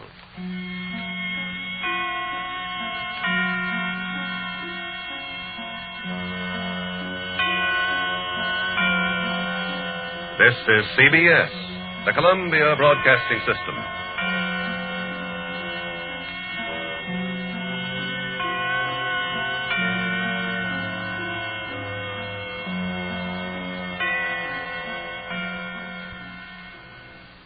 A tale well calculated to keep you in suspense. A tale of two men who are one. In just a moment, Stranger with My Face, starring Bernard Grant, and written especially for Suspense by Alan Sloan. The lovely crowd do they agree? Those who think young say Pepsi free. They pick the right one, the modern life one. Now it's Pepsi for those who think young. So go ahead and pick the drink that lets you drink young as you think. Yes, get the right one, the modern life one. Now it's Pepsi for those who think young. So you're walking along the street, minding your own business, except for an occasional glance and an occasional pretty girl. But it isn't the occasion, never has been, never will be, so what's the use? Sufficient unto the day is the boredom thereof, and why, oh why doesn't something happen? So you might as well stop at the newsstand and pick up the papers, grab the usual quick one at the usual bar, fight the usual indiscretion.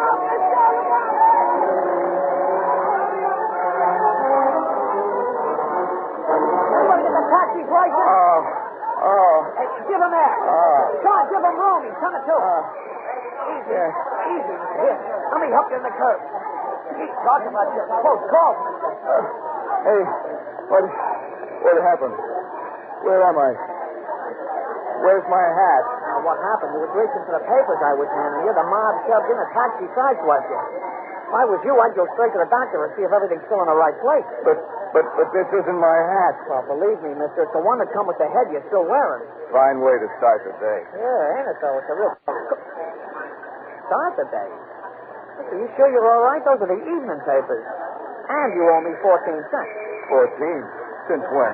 Times and Tribune, 7 apiece, like any evening paper. The Times and Tribune are morning papers. Not in Chicago, mister. There you are in a strange city, with a lot of strangers minding your business. And a strange sound of the police whistles. And a strange big star in the cop's uniform. And strange names in the buses, Boulevard, Halsted, State. No. What you need is something familiar to drink to, like a shot glass of bourbon. Go up the street, you find a tap. You sit down at a totally strange bar. And a totally strange bartender greets you with... Evening, sir. Your usual? My usual? What's that? Always a kitty. Hey, Scotch on the rocks. Straight on the side. Your impulse is to say, I hate Scotch. But you don't say it. Something, now that you've discovered where you are, Chicago, something makes you want to know when you are. The newspapers will tell you. July 13th, 1961. Yes, sir, all day. Scotch or no Scotch, you make it too. It's like the warmth of the stuff clawing its way down. The taste it leaves is like old iron in your mouth. You lift the glass of soda. The bartender moves away. And the stranger in the mirror drops his glass. Oh, I'll clean that up, Mr. Morris. Bartender. Yes, sir. Look, don't think I'm drunk, but, do you know me? Do I know you? What do you mean, do I know Do you? you know who I am? My name. Why, sure, Mr. Morris.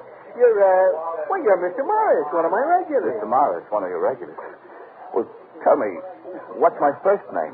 Why, I've heard your friends, sir. I've heard them call you... Mr. Morris, you're joking. No. My first name, please. Why, they call you Chuck. I guess it must be Charles. Look, Mr. Morris, if you're not feeling wait. well, When I sat down, you asked me if I wanted the usual. And you served me... Scotch, like always. How long is always? Why, let's see, it must be 2 or 3 years you've been coming in nearly every day around this time, and it's always Scotch, on the rocks, soda on the side. 2 or 3 years. And this is Chicago? Yes, sir. July 13th, 1961? Yes, sir, all day. Yeah, very funny. Would you like to hear something really funny? Very, very funny? Why, sure, Mr. Morris, anything for a laugh. Then laugh at this. As far as I know, this isn't Chicago, it's New York. It isn't July 1961, it's March 1957. Now, listen, and it's Mr. morning, Morris, it's not evening. Hey, funniest of all, my name isn't Morris. And it isn't Chuck for Charles, it's Walters. Ed Walters. And this'll kill you. You will die laughing. That isn't me in the mirror. I never saw that face before in my life. Up the street is a cheap hotel, where they don't care what name you register under. But the face in the mirror upstairs is still a stranger. With its gray hair, heavy-rimmed eyeglasses, and mustache. Impossible. Who am I?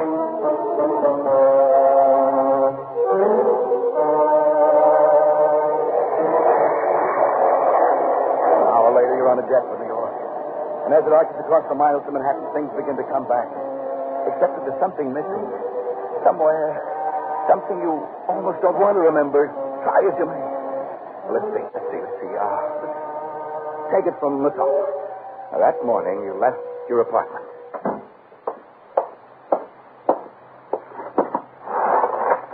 Morning, Mr. Waters. Nice day, Starline, huh? Morning, Frank. Going on a little trip, huh, sir? How'd you know? Well, I've seen the bags, so that's all. Oh. Well, look, Frank. Yes, sir?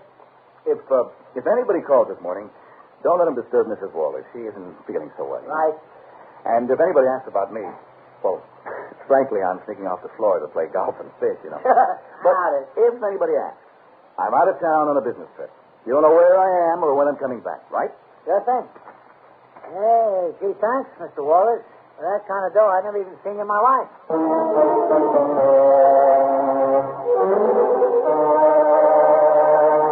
So far, all clear. Cab to Grand Central Station, all clear. Train to Chicago, heading for Los Angeles? Portland? Vegas? No, that you can't recall. Or for the life of you why you left. After 7 years. 7 years with the wrong woman. And her men. And her bottles.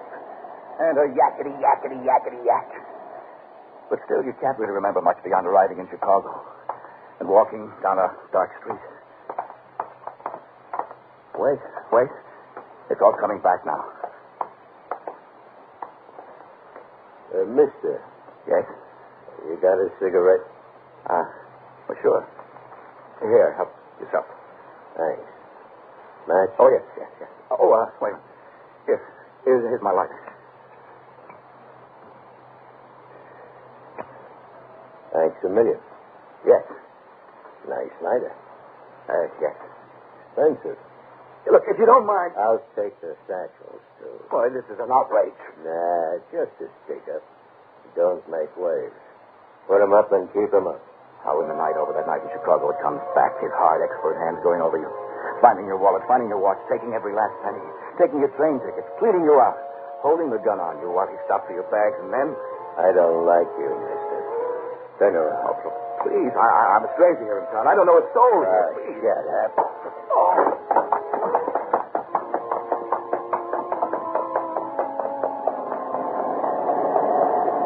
That must have been when it began.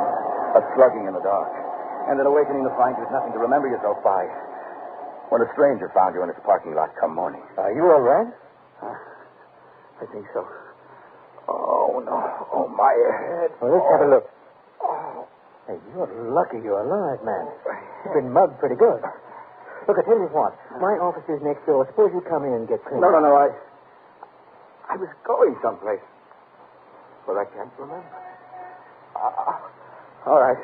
If it isn't too much trouble. Oh, nonsense. You do the same for me.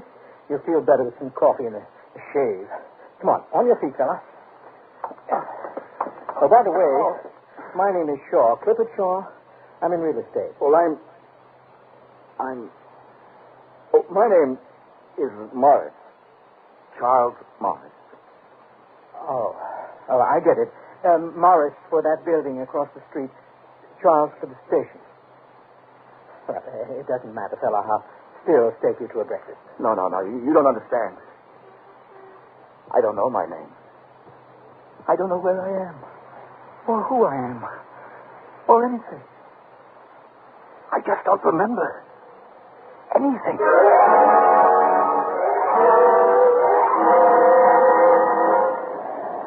And that, as the jet winds into its glide path for idle while, is all you can piece together. But how you became Chuck for Charles Morris. How he made a new life, who helped, what he did, all gone. And as useless to you now as yesterday's newspaper. What you want is to find out the state of the life of the man you really are, Ed Walters. The state of the life and the state of the wife of. Home. With the Times and the Trip start the day, or morning papers. Should you phone first? No. She's probably still climbing the walls over this morning's argument. No, not this morning. 4 years ago. Better just walk in on her. Surprise, Helen. Surprise. Taxi?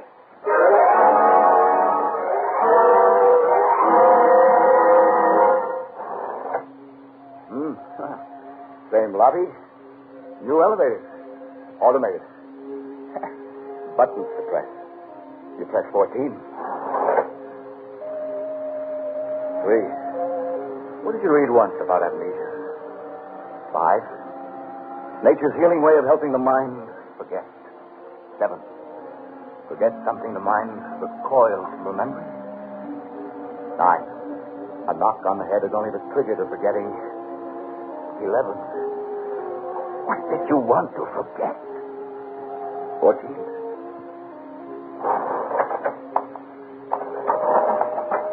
Play it cool. Just the truth. You've been sick. You've been away. But you're better now. Bygones and all that. Brand new start, Helen. And when she opens the door, smile. She used to like your smile. Now, 14 feet. Why didn't you think of flowers, stupid? Yes? I'm sorry. I was expecting someone else. Maybe you've got the wrong apartment. This is 14. No, it's all right. Some friends of mine used to live here. I've been away. Well, I realize it sounds silly, but instead of phoning first, I wanted to surprise them. I'm sorry to have embarrassed you. We all do silly things. Maybe I can help you. Well, I don't see how. Well, the superintendent readdresses the mail when people move. Maybe they left a forwarding address. I'll call it. She leaves the door open. You can see the familiar hall, the jog that leads into the living room. And suddenly you want to get away. Why, you don't know. You can't remember. You don't want to remember.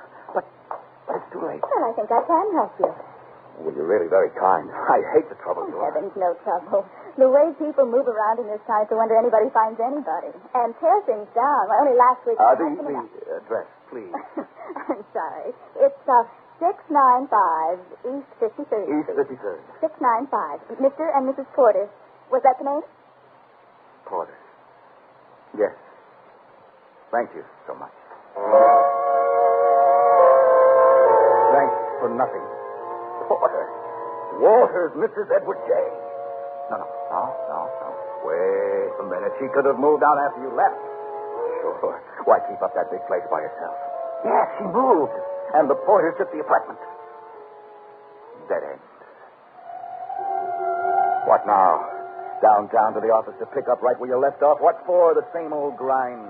Cook up the deals, swing the deals, foul up the deals, and worse. Walk around wondering when you're going to run into her with another man. The way... Wait a minute. Porter. No. Must be a new one. And maybe she married him. Why, sure, that's it. She's married again. Grab your hat, Mrs. Porter. Here comes Charlie. No. Ed.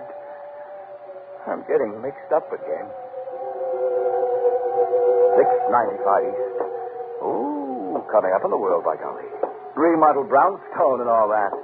$75,000 worth of decorating on a $25,000 frame. I wonder what he does, this Porter. Well, you'll find out.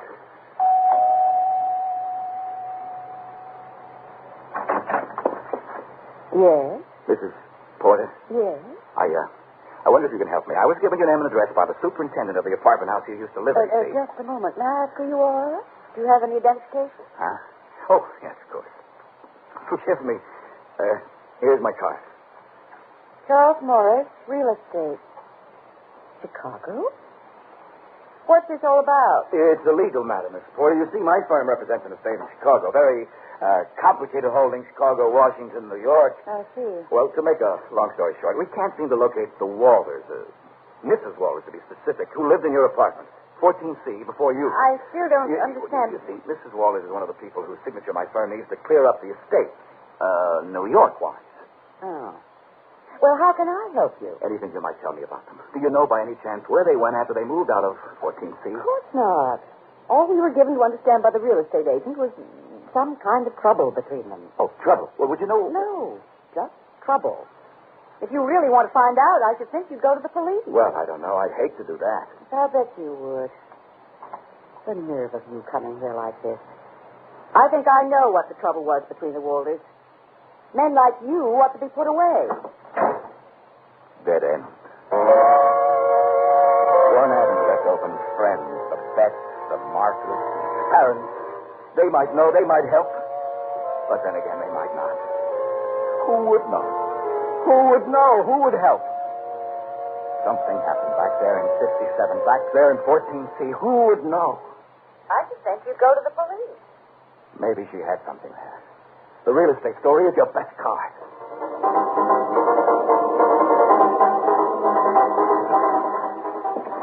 Yes, sir. Missing persons? Like on the door. Can I help you, sir? Well, I hope so. You see, it's rather complicated. Aren't they all? Sit down, sit down. My name is Charles Morris. I'm from Chicago. Here's my card. Yeah. Real estate. Yes, sir? My firm is involved in an estate problem, but some of the titles to the individual parcels aren't clear. Now, there's a Mrs. Edward Walters. Walters, right. Middle initial J. Listed as one of the title holders of a problem parcel. We just can't seem to find it. No, I've checked the former addresses, friends. Can't locate it. Just dropped out of sight. It happens every day. So I thought it might simplify matters before engaging a private investigator if I came to you. All right, let's throw a check into it.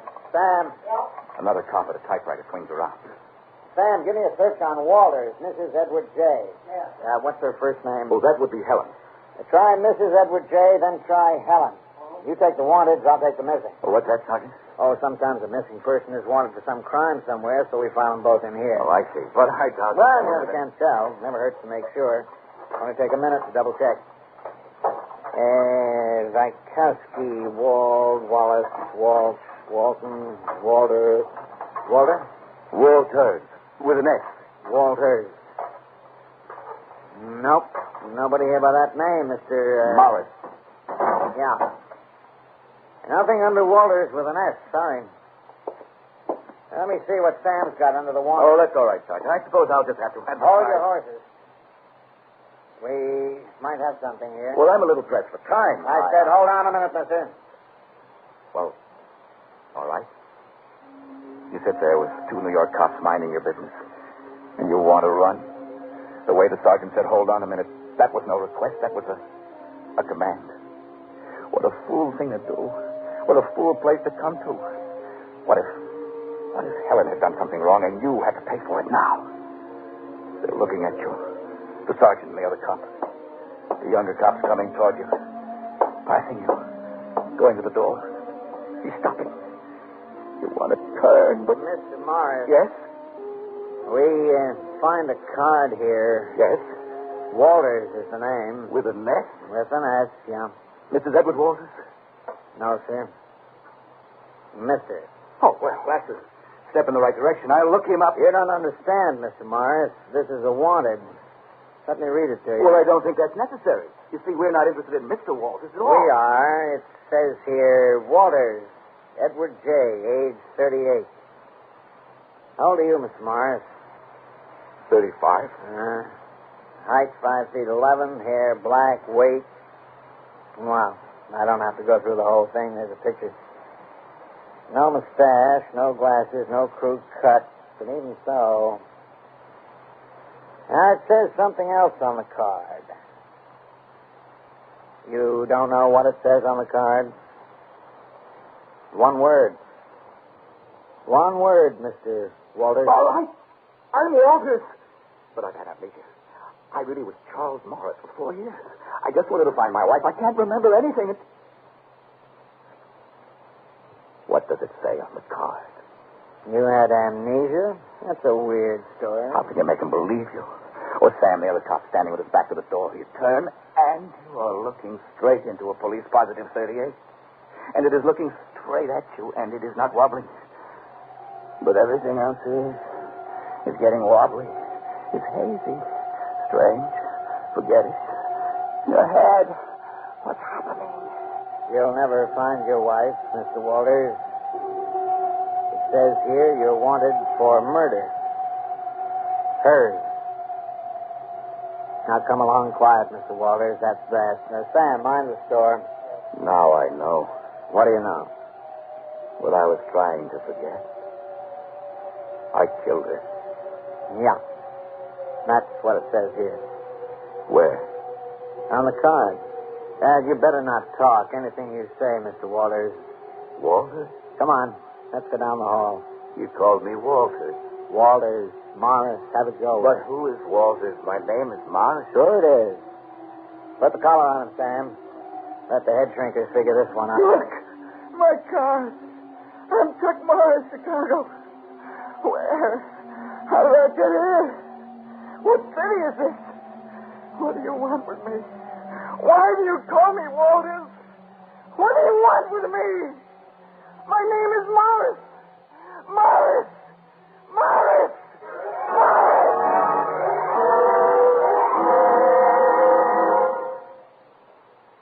Suspense.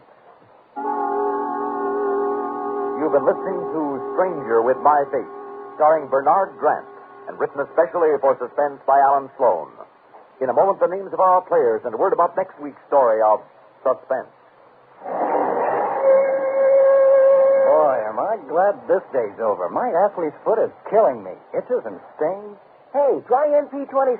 Really works for me. NP27 treatment roots out athlete's foot, penetrates below skin surface where other remedies can't reach, even into toenails. NP27 liquid stops itch, relieves pain, promotes healthy tissue. NP27 powder guards against new infection. NP27 treatment roots out athlete's foot, or your druggist will refund your money. Suspense is produced and directed by Bruno Zerato Jr. Listen again next week when we return with You Can Die Laughing, written by Robert Arthur. Another tale well calculated to keep you in suspense. First word in speed, the last word in accuracy. Expanded CBS News on the CBS radio. A tale well calculated to keep you in suspense. A tale of two men who are one. In just a moment, Stranger with My Face, starring Bernard Grant, and written especially for Suspense by Alan Sloan. The lively crowd, today agree. Those who think young, they can see free. They pick the right one, the modern life one. Now it's Pepsi for those who think young. So go ahead and pick the drink that lets you drink young as you think. Just get the right one, the modern life one. Now it's Pepsi for those who think young. So you're walking along the street, minding your own business, except for an occasional glance and an occasional pretty girl. But it isn't the occasion, never has been, never will be, so what's the use? Sufficient unto the day is the boredom thereof, and why, oh why doesn't something happen? So you might as well stop at the newsstand and pick up the papers, grab the usual quick one at the usual bar, fight the usual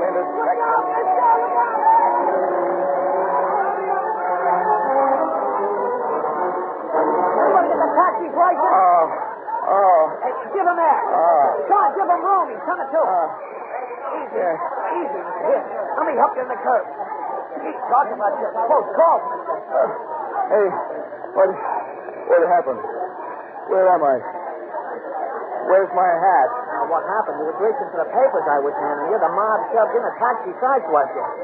If I was you, I'd go straight to the doctor and see if everything's still in the right place. But this isn't my hat. Well, believe me, mister, it's the one that come with the head you're still wearing. Fine way to start the day. Yeah, ain't it, though? It's a real...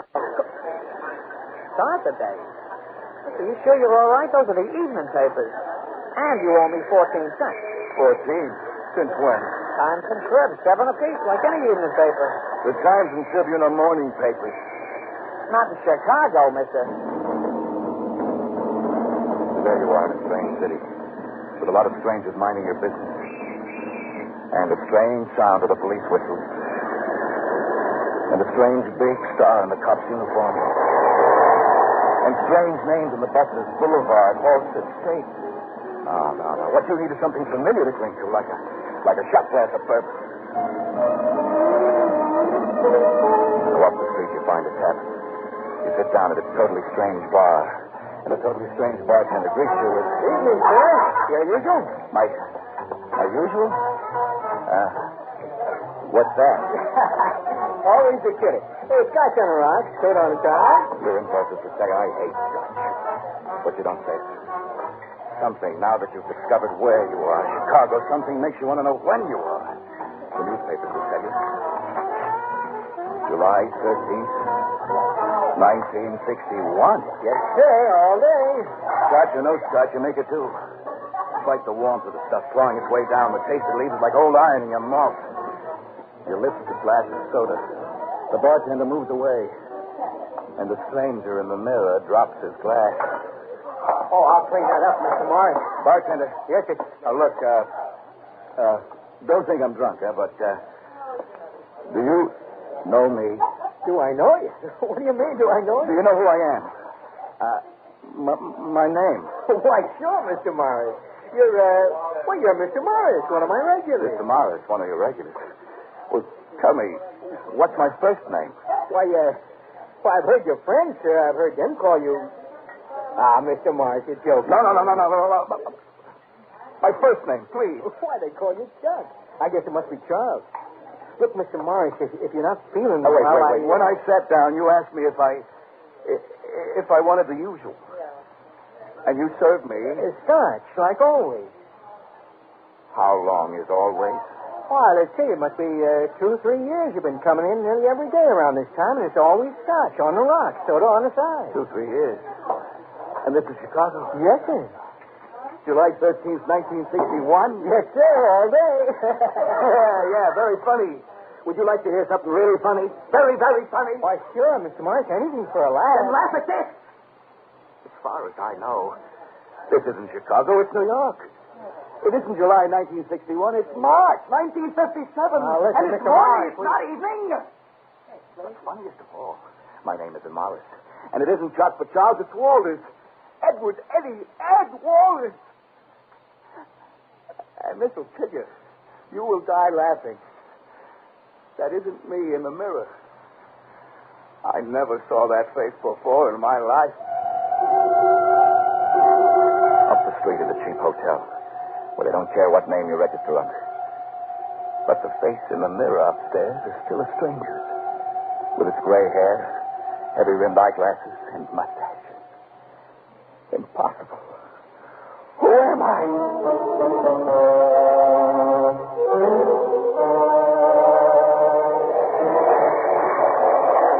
An hour later, you're on a jet for New York.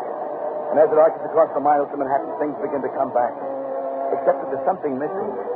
Somewhere. Something you almost don't want to remember. Try as you may. Let's see. Take it from the top. Now, that morning, you left your apartment.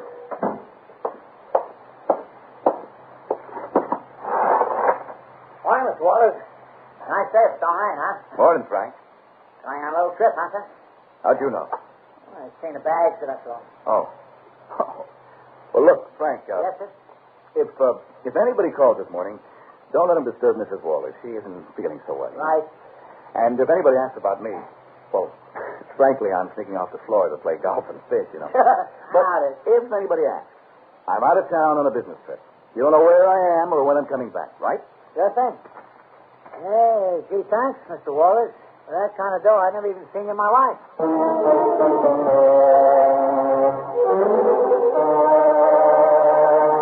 So far, all clear. Cab to Grand Central Station, all clear. Train to Chicago, heading ultimately for... Los Angeles? Boston? Vegas? No, that you can't recall. Or for the life of you while you left. After 7 years. 7 years with the wrong woman. And her men. And her bottles. And her yakety. But still, you can't really remember much beyond arriving in Chicago and walking down a dark street. Wait. It's all coming back now. Mister. Yes? You got a cigarette? Well, sure. Here, help yourself. Thanks. Match? Oh, yes.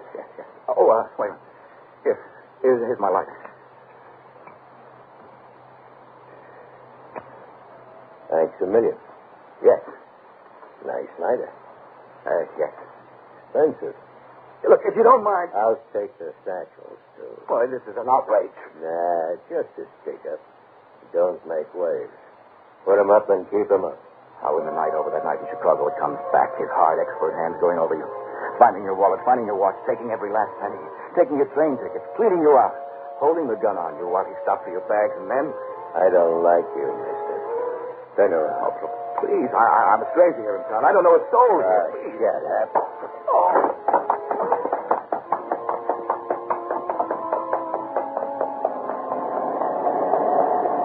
That must have been when it began. A slugging in the dark. And an awakening to find you had nothing to remember yourself by. When a stranger found you in his parking lot come morning. Are you all right? I think so. Oh, no. Oh, my head. Well, let's have a look. Hey, you're lucky you're alive, man. You've been mugged pretty good. Look, I tell you what. My office is next door. Suppose you come in and get clean. No. I was going someplace. But I can't remember. All right. If it isn't too much trouble. Oh, nonsense. You do the same for me. You'll feel better with some coffee and a shave. Come on your feet, fella. Oh, by the way, my name is Shaw, Clifford Shaw. I'm in real estate. Well, Oh, my name is Morris. Charles Morris. Oh, I get it. Morris for that building across the street. Charles for the station. Well, it doesn't matter, fella. I'll still take you to a breakfast. No. You don't understand. I don't know my name. I don't know where I am. Or who I am. Or anything. I just don't remember anything.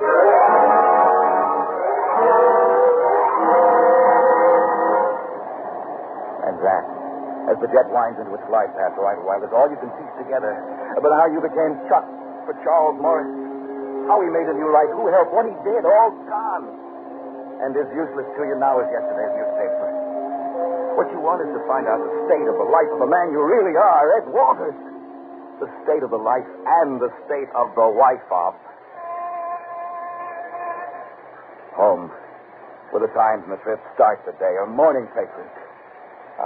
Should you phone first? No. She's probably still climbing the walls over this morning's argument. No, not this morning. 4 years ago. Better just walk in on her. Surprise, Helen. Surprise. Taxi.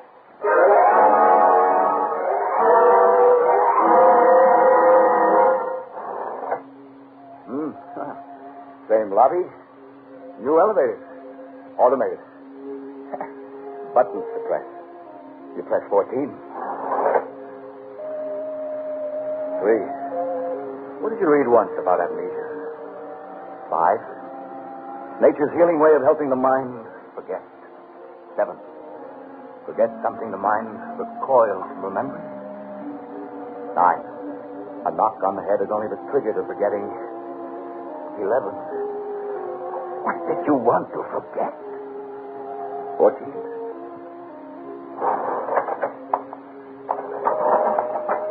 Play it cool. Just the truth. You've been sick. You've been away. But you're better now. Bygones and all that. Brand new start, Helen. And when she opens the door, smile.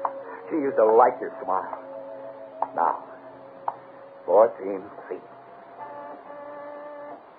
Why didn't you think of flowers, stupid?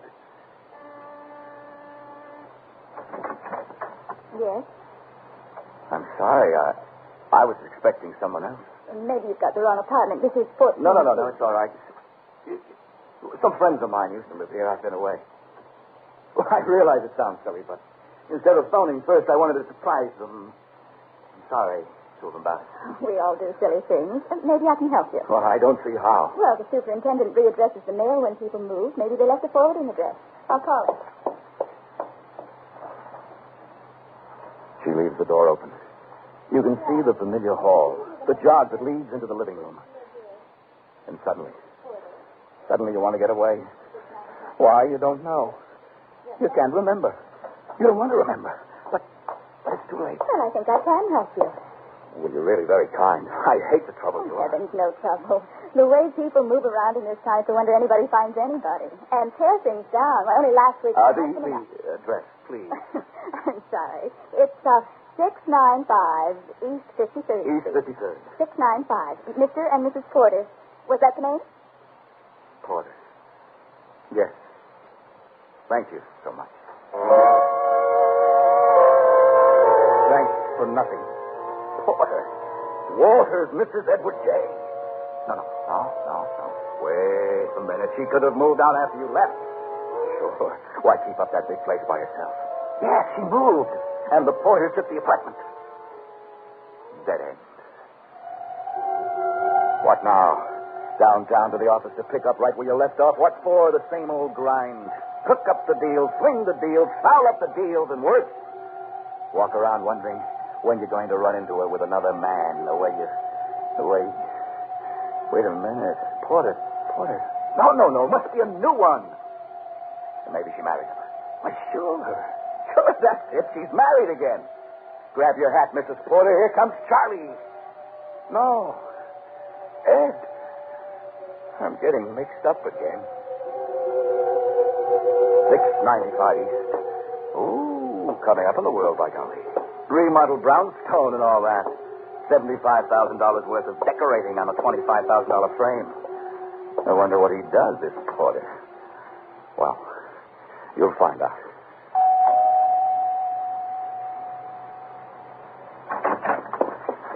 Yes? Mrs. Porter? Yes?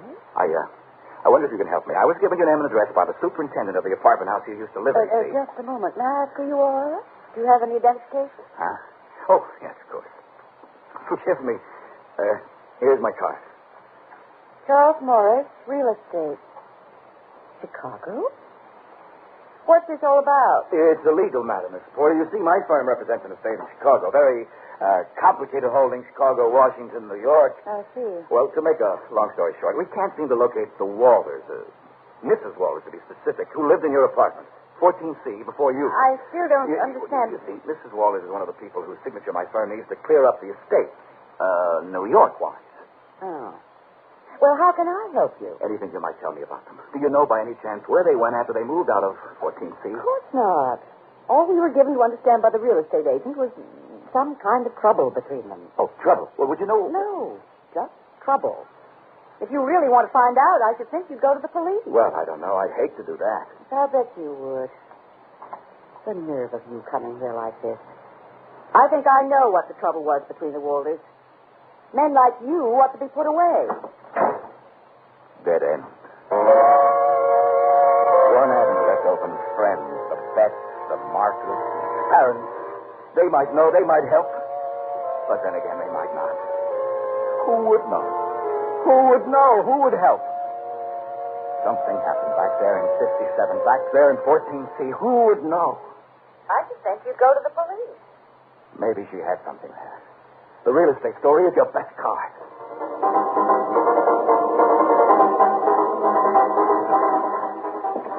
Yes, sir. Missing persons? Like on the dorm. Can I help you, sir? Well, I hope so. You see, it's rather complicated. Aren't they all? Sit down. My name is Charles Morris. I'm from Chicago. Here's my card. Yeah. Real estate. Yes, sir? My firm is involved in an estate problem, but some of the titles to the individual parcels aren't clear. Now, there's a Mrs. Edward Walters. Walters, right. Middle initial J. Listed as one of the title holders of a problem parcel. We just can't seem to find it. No, I've checked the former addresses, friends. Can't locate it. Just dropped out of sight. It happens every day. So I thought it might simplify matters before engaging a private investigator if I came to you. All right, let's throw a check into it. Sam. Yeah. Another competent typewriter swings around. Sam, give me a search on Walters, Mrs. Edward J. Yeah. What's her first name? Oh, that would be Helen. Try Mrs. Edward J., then try Helen. You take the wanted, I'll take the missing. Oh, what's that, Sergeant? Oh, sometimes a missing person is wanted for some crime somewhere, so we file them both in here. Oh, I see. But I doubt... Well, you never can tell. Never hurts to make sure. Only take a minute to double check. Vikowski, Wald, Wallace, Walsh, Walton, Walter... Walter? Walters. With an S. Walters. Nope. Nobody here by that name, Mr. Morris. Yeah. Nothing under Walters with an S. Sorry. Let me see what Sam's got under the warrant. Oh, that's all right, Sergeant. I suppose I'll just have to... Hold your horses. We might have something here. Well, I'm a little pressed for time. I said, hold on a minute, mister. Well, all right. You sit there with two New York cops minding your business, and you want to run. The way the sergeant said, hold on a minute, that was no request. That was a command. What a fool thing to do. What a fool place to come to. What if Helen had done something wrong and you had to pay for it now? They're looking at you. The sergeant and the other cop. The younger cop's coming toward you. Passing you. Going to the door. He's stopping. You want to turn, but... Mr. Morris. Yes? We find a card here. Yes? Walters is the name. With an S? With an S, yeah. Mrs. Edward Walters? No, sir. Mr. Oh, well, that's a step in the right direction. I'll look him up. You don't understand, Mr. Morris. This is a wanted. Let me read it to you. Well, I don't think that's necessary. You see, we're not interested in Mr. Walters at all. We are. It says here, Walters, Edward J., age 38. How old are you, Mr. Morris? 35.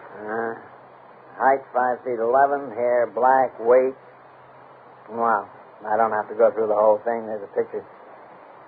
No mustache, no glasses, no crew cut. But even so... Now, it says something else on the card. You don't know what it says on the card?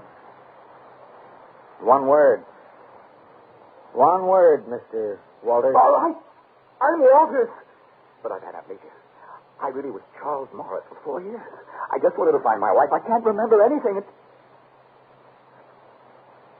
What does it say on the card?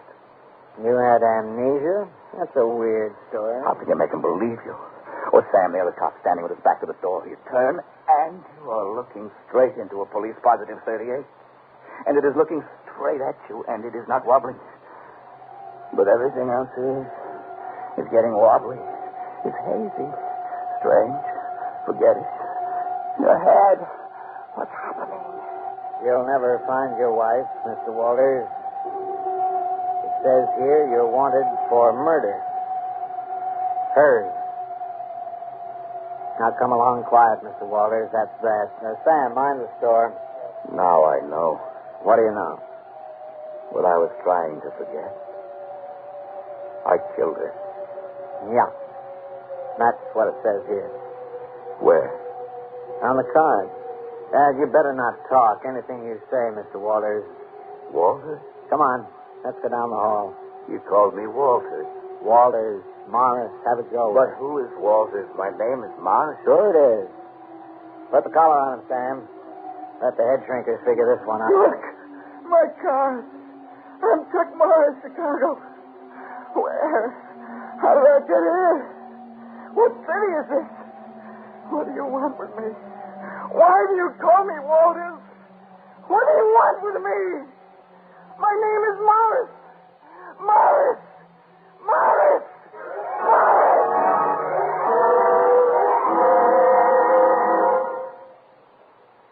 Suspense. You've been listening to Stranger with My Face, starring Bernard Grant, and written especially for Suspense by Alan Sloan. In a moment, the names of our players and a word about next week's story of Suspense. Boy, am I glad this day's over. My athlete's foot is killing me. Itches and stings.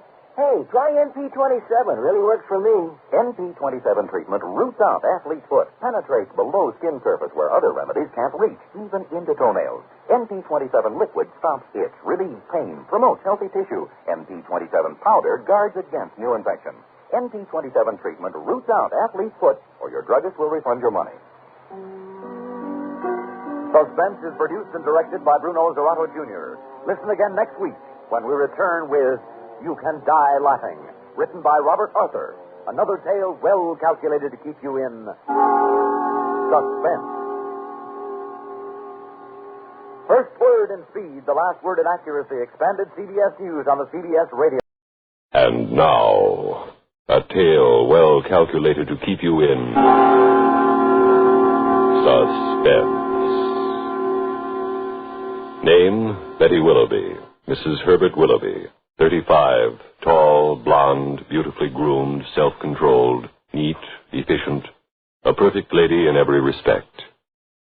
Lady Macbeth was a lady, too. In a moment, Act One of You Can Die Laughing, starring Evelyn Juster and Larry Haynes, and written especially for Suspense by Robert Arthur. The lively crowd today agree. Those who think young, fake, healthy, clean, they picked the right one, the modern light one. Now it's Pepsi for those who think young. So go ahead and pick the drink that lets you drink young as you think. Yes, get the right one, the modern light one. Now it's Pepsi for those who think young.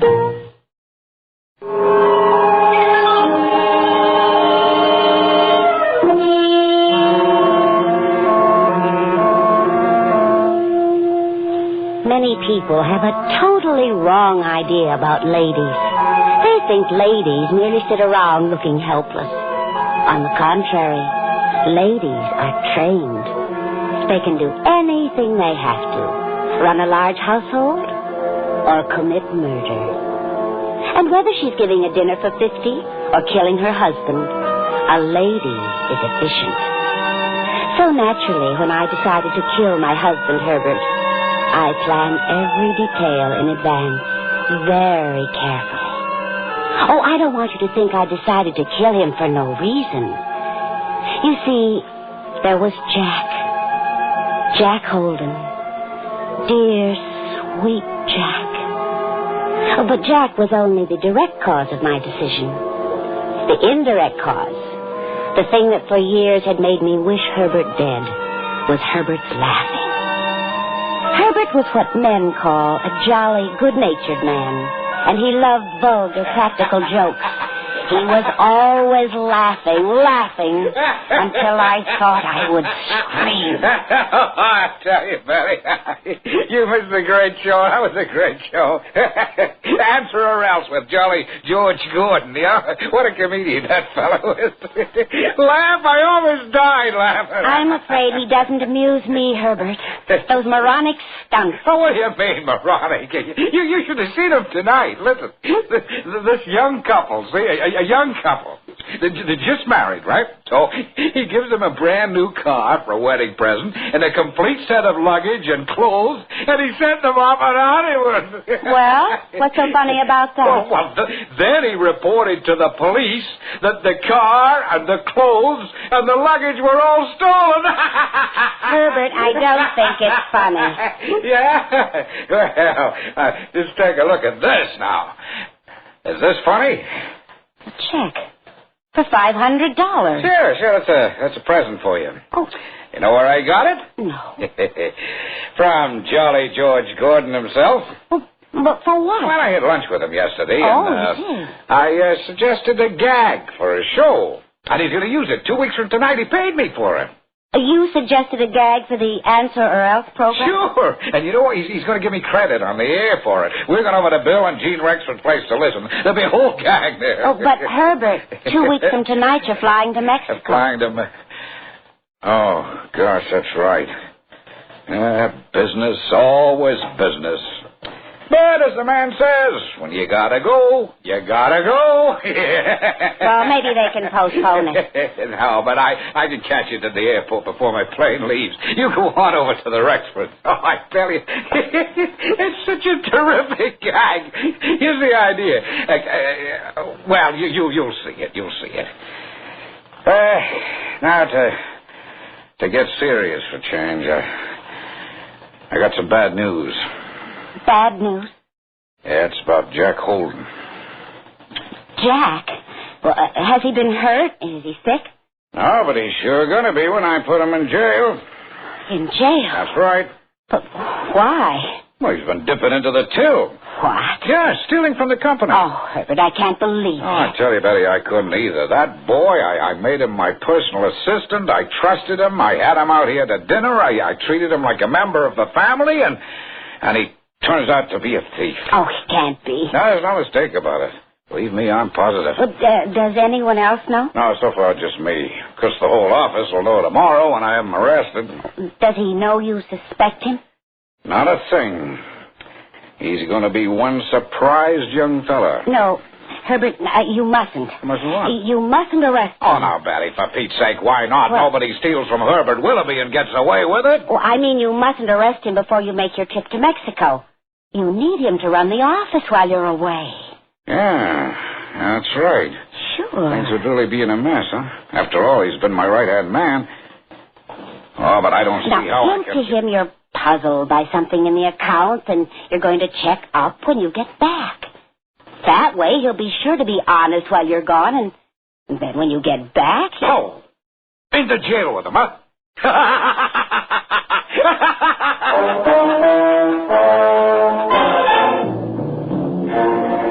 But I couldn't let Herbert put Jack in jail. Dear, handsome Jack. Oh, he'd made these last few years worth living for me. By thinking fast, I got Herbert to postpone accusing Jack. Now I had to think of how to prevent it entirely. And in the end, I saw that there was only one way. The next day, Jack slipped away from the office to come out to the house to talk. He said he was going to send me to jail? He said you'd be behind bars for 10 years, darling. Great.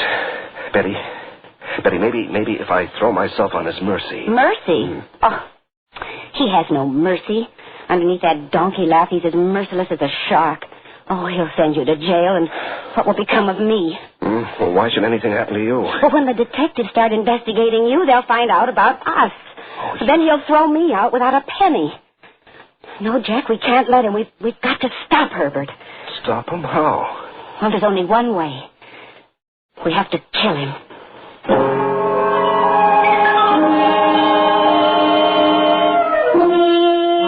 When I said we have to kill him, oh, I was being very direct. I meant to kill Herbert, and I said so. I had the whole scheme worked out. We'd do it the night Herbert was supposed to leave for Mexico. And for getting rid of him afterwards, well, the old ruin of a supposedly haunted house Herbert owned out in the swampy woods would be ideal. My plan, like all good plans, was simple and direct.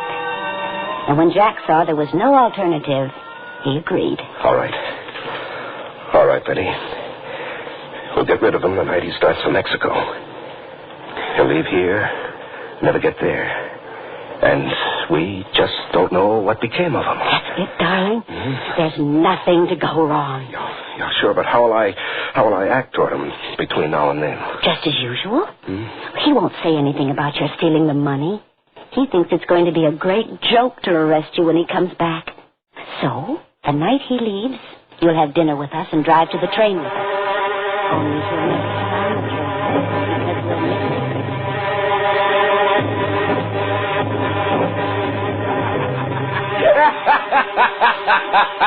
Oh, that kills me, I tell you. Here's another good one. The little moron, see, he asked, what did the first wall say to the second wall? Will you give up, Betty, Jack? Huh? Yeah, sure. Yes, Herbert, we give up. What did the first wall say to the second wall? Why, it said, meet you at the corner. You get it? Meet you at the corner. Excuse me, Mr. Willoughby. Mr. Willoughby. Yeah, what is it, Jack? I'm afraid we may miss your train. My watch says 8:18. It does? Mm-hmm. Well, mine says 8 exactly. Hey, look, Betty, my watch is slow. We'll miss my train to New York. I'll never get to the airport on time. I'll tell you what. Let's drive to Ridgeville instead and take the train there. Ridgeville? Yes, there's an express that stops there at 8:45. We'll take that instead of the local. Oh, yeah, sure, that's right. You know, sweetheart, you got a good head on you. Come on, Jack, help me with my bags.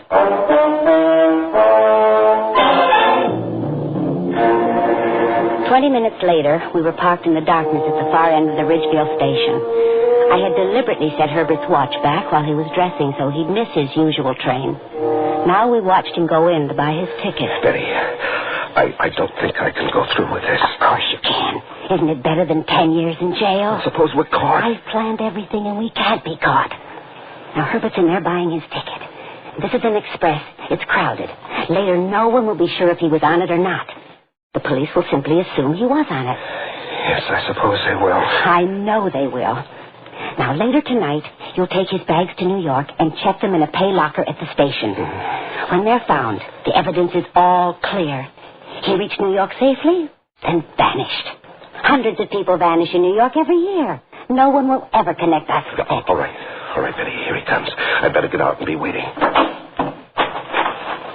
Well, I got the ticket. You got my bags out, Jack? I'm sorry, Mr. Willoughby. I dropped the key to the luggage compartment in the back of the car, and we can't find it. Dropped it in the back of the car? How'd you do that? Well, it was my fault. Jack reached into the window for the keys, and they slipped out of my fingers. Oh, well, here comes my train. Light a match and find the key. Well, I'm sorry, sir. I don't have a match. For Pete's sake, what kind of an idiot are you? Here, let me look. I got a lighter. You got to hurry. Now, where did you drop them? I don't see anything. I can't imagine how any guy can be stupid enough to drop them. Push him into the car. Grab his collar. Close the door. The train comes over here.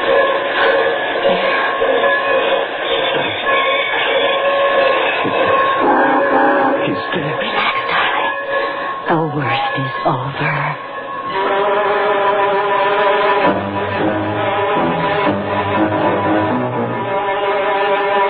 It had worked perfectly. Not a soul had paid us any attention. As far as the world knew, Herbert was on that train headed for New York, where his checked bags would later be found. Actually, he was in the back of the car as I drove it deep into a swampy section of woods a few miles away. Well, shouldn't we be there by now? Well, the house is just around the next turn. You'll see it in a minute. There. Good Lord. What a monstrosity. Why, it must be 200 years old. 260. Herbert bought it because it was supposed to be haunted. Oh, you must have heard him talk about it. Oh, yes, only 1,000 times. I own a real haunted house, he'd say, and then he'd laugh like crazy. He claimed it was haunted by a Revolutionary War pirate. Now, that's just nonsense. But now he'll be able to haunt it himself. Come on, we have to get him out and bury him. Together, Jack and I lifted Herbert's body out of the car, laid him at the foot of a tree. We left the raincoat covering him. I confess that I felt a little squeamish about seeing his face, but I felt no remorse. All I could think of was how wonderful it would be never to hear Herbert's hideous, grating laughter again. In the trunk of the car, we had tools and electric lanterns. Leaving Herbert until we were ready, Jack and I entered the crazy, ruined old house and went down the creaking steps into the cellar. There we selected a spot underneath the cellar stairs. Jack began to dig. Isn't this deep enough? Oh, yes, of course. And anyway, we have to hurry. We still have to get to the Rexfords later. All right, give me a hand. Help me out of here. Thanks. What about the Rexfords? Did you forget? This is the night Herbert's silly gag is going to be used on the Answer or Else program. The Rexfords are going to be watching. We have to be there. Oh, great. Well, we better hurry. Yeah. All right, come on. Let's go get Herbert. All right. I still have to drive to New York with those bags after the Rexfords' party. We went back up the steps and out to the car to where we'd left Herbert lying beneath a tree. Then we stopped. I felt as if a great fist had seized my heart. I was trying to stop it. Herbert was gone.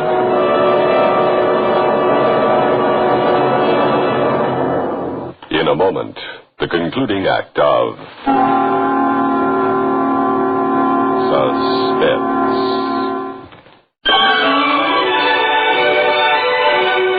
Pure coffee nectar, that's what's been missing in your instant coffee. New Instant Chasen Sanborn has pure coffee nectar. Enjoy the richness of a pure coffee nectar in new Instant Chasen Sanborn. The rich new instant from Chasen Sanborn. Fine coffee for nearly 100 years.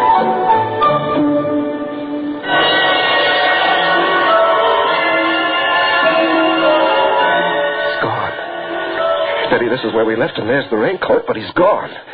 Someone has found his body. No, that's impossible. We'd have heard them. Let me think. Of course he must have revived. He wasn't dead. And he's escaped. No. Look. These marks on the ground. He must have been crawling. Well, he couldn't have gone far. We've got to look for him. Jack, shine your light around. This way, toward the road. Oh. What? No, this way, Betty, my dear. I'm over here. Herbert. Setting up against a rock. This is as far as I could get. I wasn't as dead as you thought, my dear.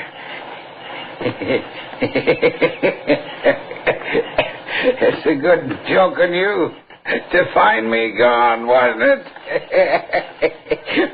The expression on your faces.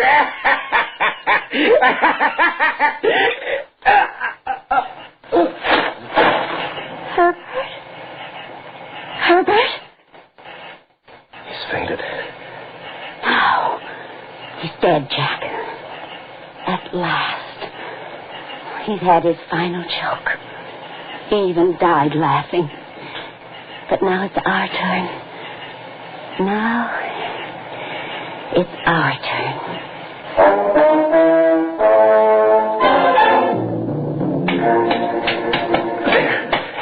How the cellar floor looks normal again. No one can tell it's a private graveyard. Jack, darling, it's all right. It's almost all over. Yes, I know, Betty, but I don't have nerves of steel. Apparently you do. Oh, it's just that I planned this so carefully, darling. I know everything's all right. Well, then let's go. Oh, let me have the light. I want to shine it around one last time to make sure we haven't left anything that might... What's that? What? There. Over in that corner. Oh, let me look. It's paper. Betty, it's a wrapper off a stick of chewing gum. Someone's been here recently. Let me see it. Oh. Stamp. It's lain there for a long time. Days, at least. Well, how'd it get here? Oh, some tramp was here. Maybe some kid playing in this old house, that's all. I guess you're right. Here, help me with the tool. Now, let's get ourselves out of here. I don't know about you, but I need a drink. Drove back to the house and cleaned up. Then I poured us both drinks. It had gone off rather neatly, I thought. But then, as I said, planning was so important. Whether you're giving a big party or murdering your husband. Here, darling, your drink. Oh, yes, thanks, Betty. Oh, I needed that. Well, we can relax now. It's all over. Almost all over, Betty. I still have to drive to New York and plant those bags in a pay locker. Yes, and the Rexford's party. Oh, I wish we could skip that. Why don't we? We're going to be late anyhow. Oh, we can't. Herbert made such a point that we watch when they use his precious gag. It looks suspicious. Oh, Herbert and his gags. Well, let's go. No, wait. We could take a minute longer. What? Darling, we're alone now. We don't have Herbert to worry about. Oh. Yes, of course, sweetheart. I guess I was just keyed up. Come here. Is this better? Much better. Oh, Jack. We're going to have such a wonderful time now. With Herbert gone.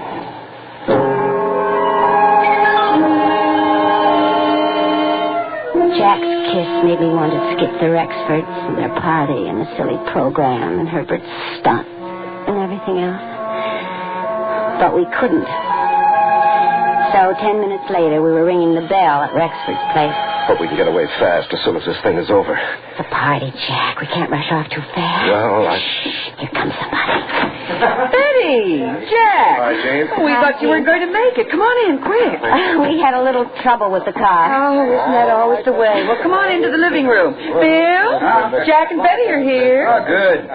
Jolly George Gordon is just explaining about good old Herb's gag. It's a Lulu kid. Here, I'll turn the set up. Goodbye, all of you, and lots of luck.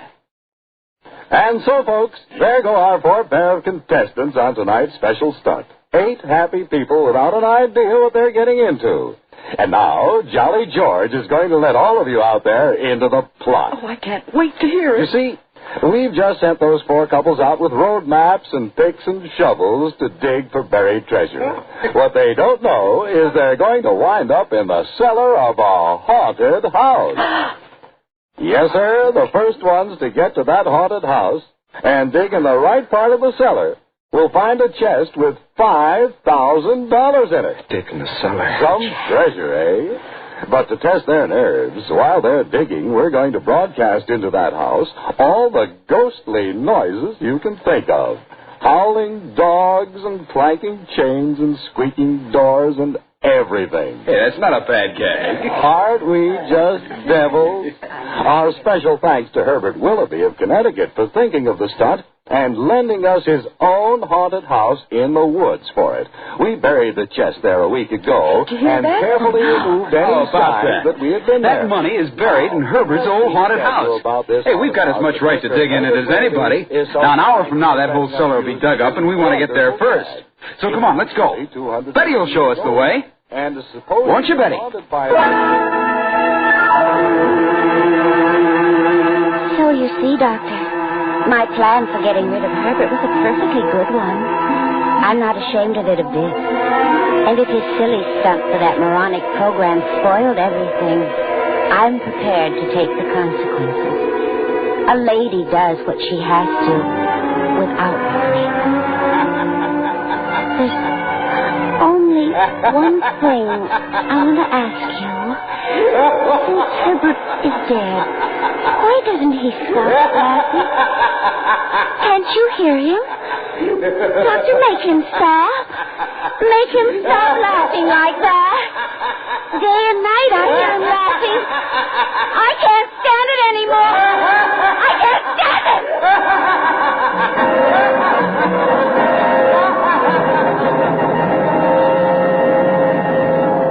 Suspense.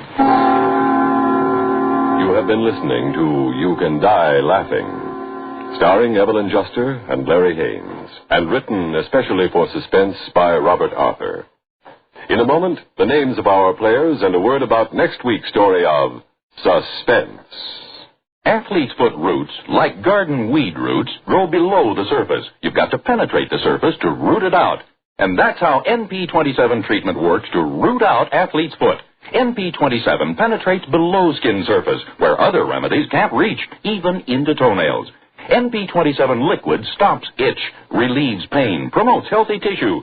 NP27 powder guards against new infection, keeps feet healthy dry. NP27 roots out athlete's foot, or your druggist will refund your money. Suspense is produced and directed by Bruno Zarajo Jr. Musical supervision by Ethel Huber. Featured in tonight's story were Ian Martin as Herbert Willoughby, Lee Vines as Jolly George Gordon, Gertrude Warner as Jean Rexford, and William Mason as Bill Rexford. Listen again next week when we return with Bells, written by Jack Bundy. Another tale well calculated to keep you in suspense. France in Focus. David Schoenbrun's Your Man in Paris weekdays on the CBS Radio Network.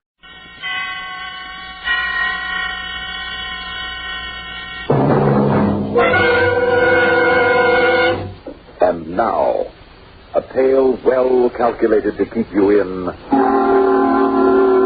suspense. Do you believe in ghosts? No? Well, then, how about poltergeists? You know, those noisy, mischievous spirits that rap on the walls, move the furniture, rattle the windows, generally make a scary nuisance of themselves. Do you? Believe in them, I mean? Of course not. Neither do I. And yet, now and then we hear reports from people of honesty, integrity, about strange, unexplainable manifestations that have sent them screaming with terror into the night. In a moment, Act One of Bells, starring Rosemary Rice and Bill Lipton, and written especially for Suspense by Jack Bundy. The lively crowd yesterday are green. Those who think young say Pepsi sing. They pick the right one, the modern light one. Now it's Pepsi. For those who think young, so go ahead and pick the drink that lets you drink young as you think. Yes, get the right one, the modern light one. Now it's Pepsi. For those who think young.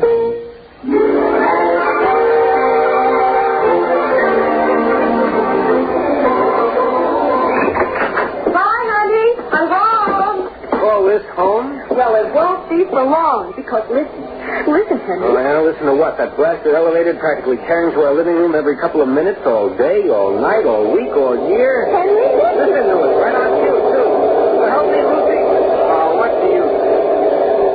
Oh, honey, seriously, if we have to live in this place much longer, I swear I'll go completely off my nut. I know exactly what you mean. I felt that way myself. But from now on, Mr. Fielding, my dear, my darling Mr. Fielding, it won't be necessary. Are you kidding? I've never talked to so many real estate agents, plowed through so many classified ads in my life, and what's it got me? Darling, it's got to me. And listen to me. I've told you more than once that I'm psychic, and now I know that I am. Oh, please, honey, not that again. How about some dinner? But it's true, and now I know it is. Now I can prove it. You mean that so-called guardian angel of yours has found us a nice, quiet little home in the country that we can afford? That's exactly what I mean, because listen, Henry, listen very carefully now. Really, Lucy, I've told you 1,000 times you can't seriously believe all that psychic stuff and all that junk about a guardian angel. It's not junk. My guardian angel looks after me, and I'm sure of it now. You are? Yes, I am. Look at this newspaper. You see? It isn't the Herald Examiner at all. It's the Sentinel. You mean because you picked up the wrong newspaper by mistake, that makes you psychic? It wasn't any mistake. A few minutes ago, as I was leaving a supermarket, for some strange reason I can't explain, there was some strange feeling, some influence or something that just made me reach out and grab this particular paper. Made me, Henry. I couldn't help myself. So you're psychic. How about some dinner? Well, I am. I must be. Because look, here on the real estate page. Honey, I've read them all. Henry, not this one. Will you listen? Small, 6-room colonial cottage within easy driving distance of Bell Manor development. Oh, now, you know darn well we can never afford a section like that. Bell Manor yet. Will you please listen? Excellent condition, bank inspected, fully insured. 2 bedrooms, 1 bath. And have they dared to put in the price? Wait. Large living room with stone fireplace, built on garage, full half-acre plot, ideal for a young couple anxious to get away from the noise and dirt of the city. And if this isn't just exactly what we've been looking for. Sure it is. But the rental on a place like that would be about, I'd say, $300. Henry, that's just it. The rental is $115 a month. Oh, now you are kidding. Look for yourself, see? $115 a month. I can't believe it, but that's what it says in black and white. Oh, Henry, it's a dream come true. And all because of my guardian angel and that strange, unexplainable feeling. Well, there's something wrong with it. Let's face it, Lucy. There must be. A rental like that for a place like that in this day and age? Well, at least we're going to look into it, aren't we?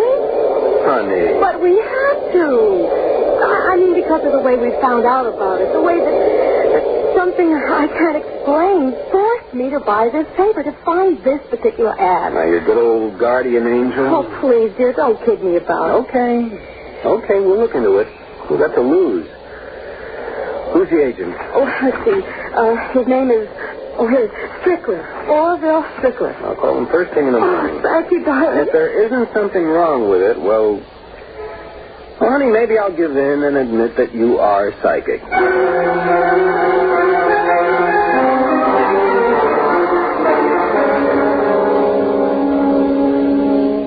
In just a moment, the second act of Suspense.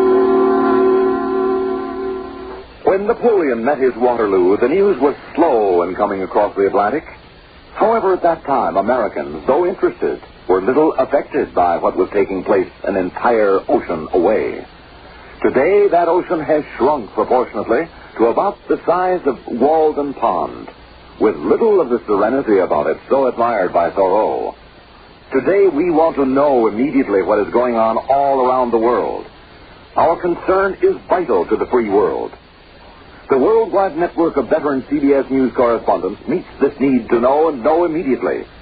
Every hour, on the hour, every day, Monday through Friday, this station of the CBS radio network brings you expanded CBS News coverage, the most complete network news coverage in broadcasting today. Throughout the weekend, too, timely news reports at frequent intervals. Keep up with the news as it happens by keeping tuned to this CBS radio network station.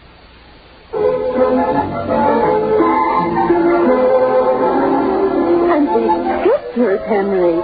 Oh, isn't it beautiful? Gorgeous, huh? Yeah, Lucy, it looks real nice. But, when were these pictures taken, Mr. Strickler? Only a couple of days ago, Mr. Fielding. Took them myself as soon as we got the place for a listing. It's no wonder we've had so many calls on it already. And we certainly can't argue with this bank report on it. That's right, Miss Fielding. The bank wouldn't dare to lie about the place. I still don't understand this low rental. Can you explain it? Well, of course it isn't in Bell Manor. It's 2 or 3 miles out. Real country, farm country. That's what I like about it. But it has gas and water and electricity all ready to use. And, well, of course, the telephone's the old-fashioned kind. I mean, you have to call the operator. Who cares? Darling, this is it. Yeah, I guess it is. Thanks, darling. And now do you believe? Sure, anything you say. Believe what, Miss Fielding? Mr. Strickler. Oh, pay no attention, Mr. Strickler. My wife's a bit superstitious. Thinks she's psychic is all. Think nothing of it. Psychic, did you say?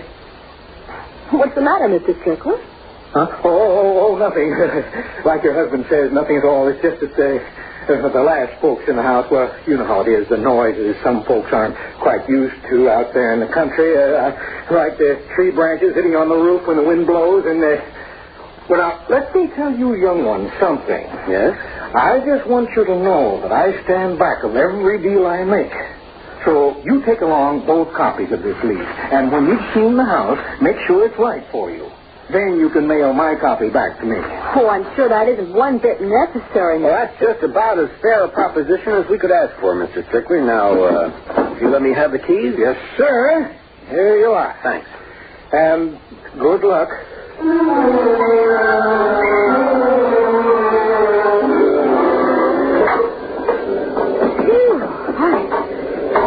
I never realized we'd had so many things in that stuffy little apartment. Unless we'll have to buy to fill up this place. Now, where do you want this chair? Inside or over there near the fireplace? Oh, anywhere. Okay, then I'll put it right here and put it to use. So we still have to buy things for one whole bedroom, though. For guests? Then bring their sleeping bags. By the time we get all this stuff set, we'll be glad it's all we have. Why, you lazy bum. There's still an awful lot of unpacking to do. Oh, just let me relax for a minute, huh? Some of this furniture was pretty hefty to push around. Well, I still think the movers should have stayed to help. Say, did you hear one of them say they moved the last family in and out of here? Those men were certainly anxious to get away once they'd unloaded that truck. I wonder why. Oh, so they want to get back before the storm broke. Afraid of our backcountry roads, I guess. Henry, how do you think these drapes will look here on... Henry, come on, help me, Huh? Oh, I'll be right with you as soon as I finish this cigarette. You'd better. Oh, listen to that rain out there. Isn't that soothing? You know, I just knew this was going to be it for us, Henry. After buying that other newspaper that way for no reason at all except that weird, strange feeling that I had. Yeah, regular miracle. You know, I didn't tell you this, but I was out in this section with an agent just last week. And do you know the lowest rental we could find? $200 and a quarter. I was out here, too. $250. And not nearly as nice as this. Yeah, that sweet old guardian angel you're always talking about must be working overtime. Henry, don't joke about it. Okay, then prove it. Now, here's your chance to prove it, Lucy. Call in some friendly poltergeist to help me move the rest of this furniture, huh? Oh, now stop it, you lazy bum. But you are a nice lazy bum. Yeah, best there is. Listen to that lovely rain out there and the thunder. Nothing ominous, menacing, or frightening. Well, I should hope not. Just nice and peaceful. No, I guess the land up this way can stand a bit of rain, too. The crops a lot are good. Crops, did you say? Yeah. Oh, now, look, little city boy, don't try to sound like a farmer just because there's a little plot of land around us. And will you please get up out of that chair and help? Henry! Whoa. Sure, sweetie. You don't have to hit me over the head with a thunderbolt. Ooh, that was a close one. Out here in the country all alone this way, so still. All alone, did you say, huh? Alone. How about that? We barely move in here. Somebody calls us up on the phone. Come to think of it, he did tell us the phone was all hooked up. Where is it? Oh, I'm glad it is hooked up. Now we can call up some of our friends and have them come out and see us. I wonder who it is. Well, here it is under this crate. Here now. Hello? But don't invite anybody up here just yet. Not till we're settled, okay? Don't worry. Hello? Hello? What's going on here? Who is it, Henry? I wish I... Hello? Hello? Number, please. What? I said number, please. Well, yeah, I know you did, but... Listen, didn't you just ring here? No, I did not, sir. Are you sure about that? Of course I am, sir. Oh, okay, I'm sorry. Funny. Who was it, Henry? Nobody, nothing. I guess you must have rung it by mistake. Hey, now, will you give me a hand with these grapes, please? Yeah, sure, be glad to. Oh, hold everything. This time I hope there's somebody on the line. Hello? Oh, now, just a minute. What is this? Hello? Hello? Number, please. Number, please. Listen, this phone just rang again. You must be mistaken, sir. I didn't ring you. Well, somebody did, operator. My wife and I both heard it. Well, there's no call for you on the switchboard, sir. Well, then why'd you ring? I did not ring, sir. Now, don't tell me. Okay. Henry, there was nobody there again. What, there's nobody but the operator and those funny little... She claims she didn't ring. That's very funny. Yeah, funny. Only it isn't this time. Hello. All right, let's have it. What's the gag? Hello. Number, please. Now, look, operator, don't tell me you didn't ring the phone this time. Henry. I'm sorry, but I did not, sir. Well, I'm sorry, too, but you must have. I tell you, this phone rang. It rang before, too, in spite of what you say. Now, let's cut out this foolishness. I am very sorry, sir, but you must be mistaken. What do you mean? What are you talking about? It could only have been rung through this switchboard. I'm on duty alone here, and I did not ring it. Oh, no? And now, if you will excuse me, I have another call to handle. All I have to say is that somebody around here, and it isn't me, is a cockeyed... Hello. Son of a gun, she can't hang up on me. Just what does she think she's up to? No, wait, Henry. Losing your temper won't help. Now, wait a minute. Hello. Operator. Get out. What? Get out. Wait now. Wait, will you... What is this? Get out. Operator. Get out. Operator. Get out.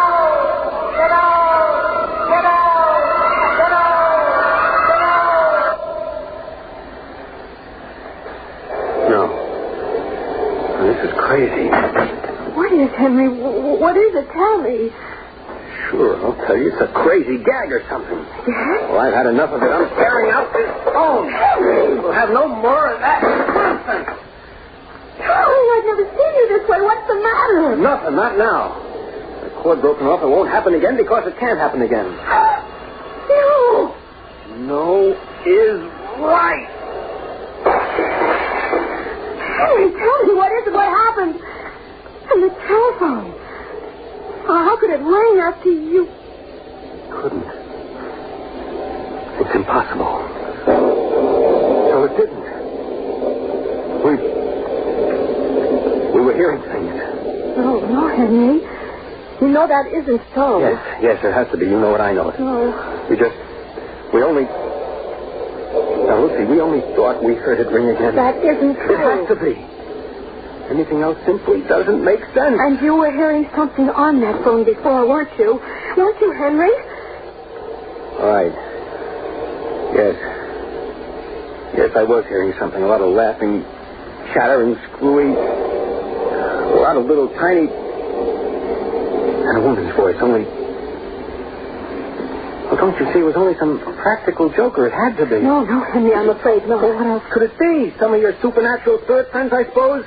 Yes. Oh, Lucy, don't be ridiculous. Please, Henry, you must listen to me. No, the whole thing's ridiculous. Utterly ridiculous. No, Henry, you said a woman's voice. All this work, the excitement of getting here, that's all it is. You said a woman's voice, Henry. Forget it.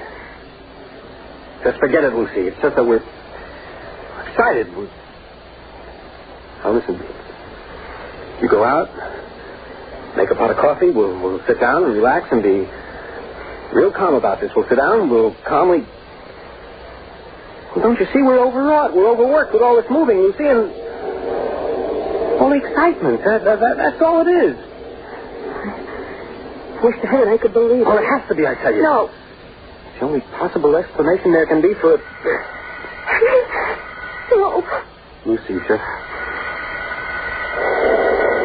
Oh, it's all right. It's a doorbell. Okay. Henry, please don't answer it. Well, there's a bell that makes some sense for a change. No, what is it? Just take it easy now.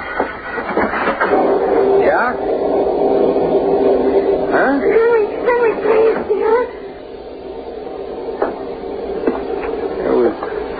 There was no one there. Darling, are you sure?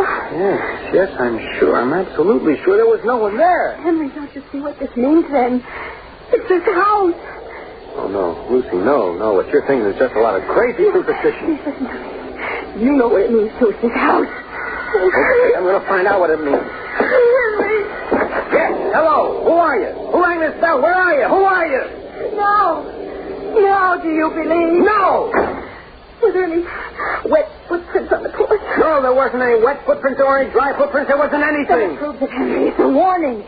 We've got to leave. We've got to get out of here. Get out of here? Yes, now, before it's too late. Why? Now. Why, Lucy? Just because that telephone, because some crazy voice on it said we should... Is that what it said? Then we've got to. Because this house is haunted. It's full of evil spirits. Oh, no, that's nonsense. You know it is, and you've got to get over this crazy idea that anything that happens, anything you can't explain is supernatural. It's haunted. That's why the phone rang. And the doorbell rang. And there was nobody there. There's an evil spirit. No, Lucy, no. Yes. It's some practical joke, that's all. Now stop this nonsense. Get hold of yourself. Come on. The rent is so low. Nobody will stay here. That's why that agent was so startled when you told him that I'm psychic. Lucy. I am Henry. And there is something wrong with this place. We've got to get out of here. No. You've got to believe it. We've got to believe it. Something terrible will happen And to I us. say you've let your crazy ideas go too What far. else can it be? I don't know, but there has to be some logical explanation. No. And I'm not going to let a lot of superstitious hogwash. Okay, now we tear that thing off the wall. Right off the wall. Okay. All right, here, look at it. Now, stop. Now, you listen, Lucy. Please, you listen. You're only losing your temper, refusing to see what this really means. The storm, the air's full of electricity, the long wires that were hooked up to these things. No. The long telephone lines out there and the lightning, that's what did it. Now, be sensible. We've got to keep our heads about this. The voices you heard, can you explain them? Yes, I can. The wires got crossed up in the wind, and that's all. And when it rang again, afterwards... Not fatigue, our excitement. I tell you, we were excited. We only thought we heard it. No, you're wrong. Please, Henry, I'm begging you. Let's leave. Let's get out of here. Go back into town. Some hotel. Yes. Look, some hotel in town that's far away from the terrible things in it. And I say why. This thing rung again? Has this doorbell rung again since I ripped it off the wall? Please, Henry. No, of course it hasn't. Oh, Henry, let's get out of here. Don't you see, honey, what all that guardian angel stuff, all that psychic talk has done to you? No. It's made you believe in all this impossible stuff and how it's frightened you because of it. No. Can't be. It can't be. It's impossible.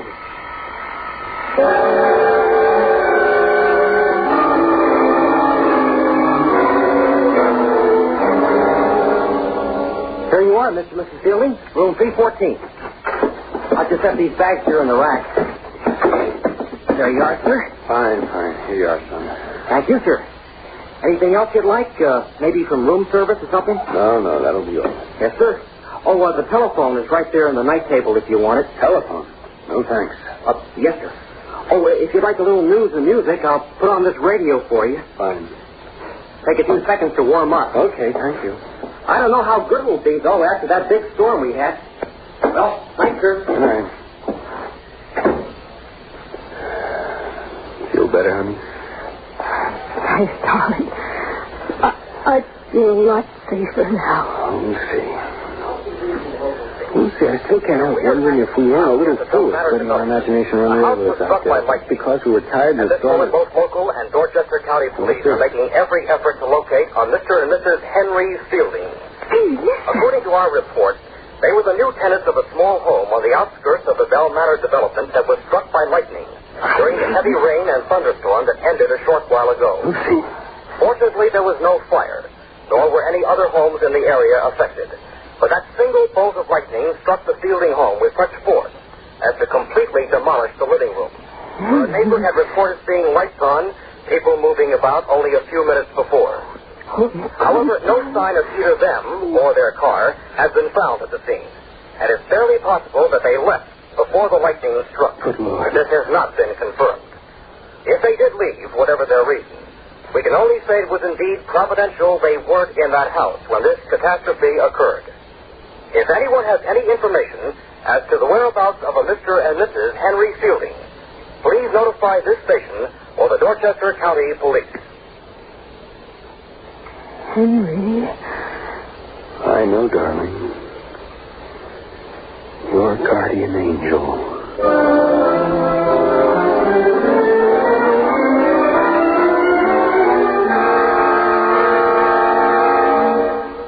Suspense. You've been listening to Belle, starring Rosemary Rice and Bill Lipton, and written especially for Suspense by Jack Bundy. In a moment, a word about next week's story of Suspense. The roots of athlete's foot grow down here, down under the skin surface. But NP27 treatment penetrates down where other remedies can't reach. Roots out athlete's foot. Even penetrates into toenails. NP27 stops itch, relieves pain, promotes growth of healthy skin, guards against new infection. NP27 treatment roots out athlete's foot. Or your druggist will refund your money. Get NP27 treatment.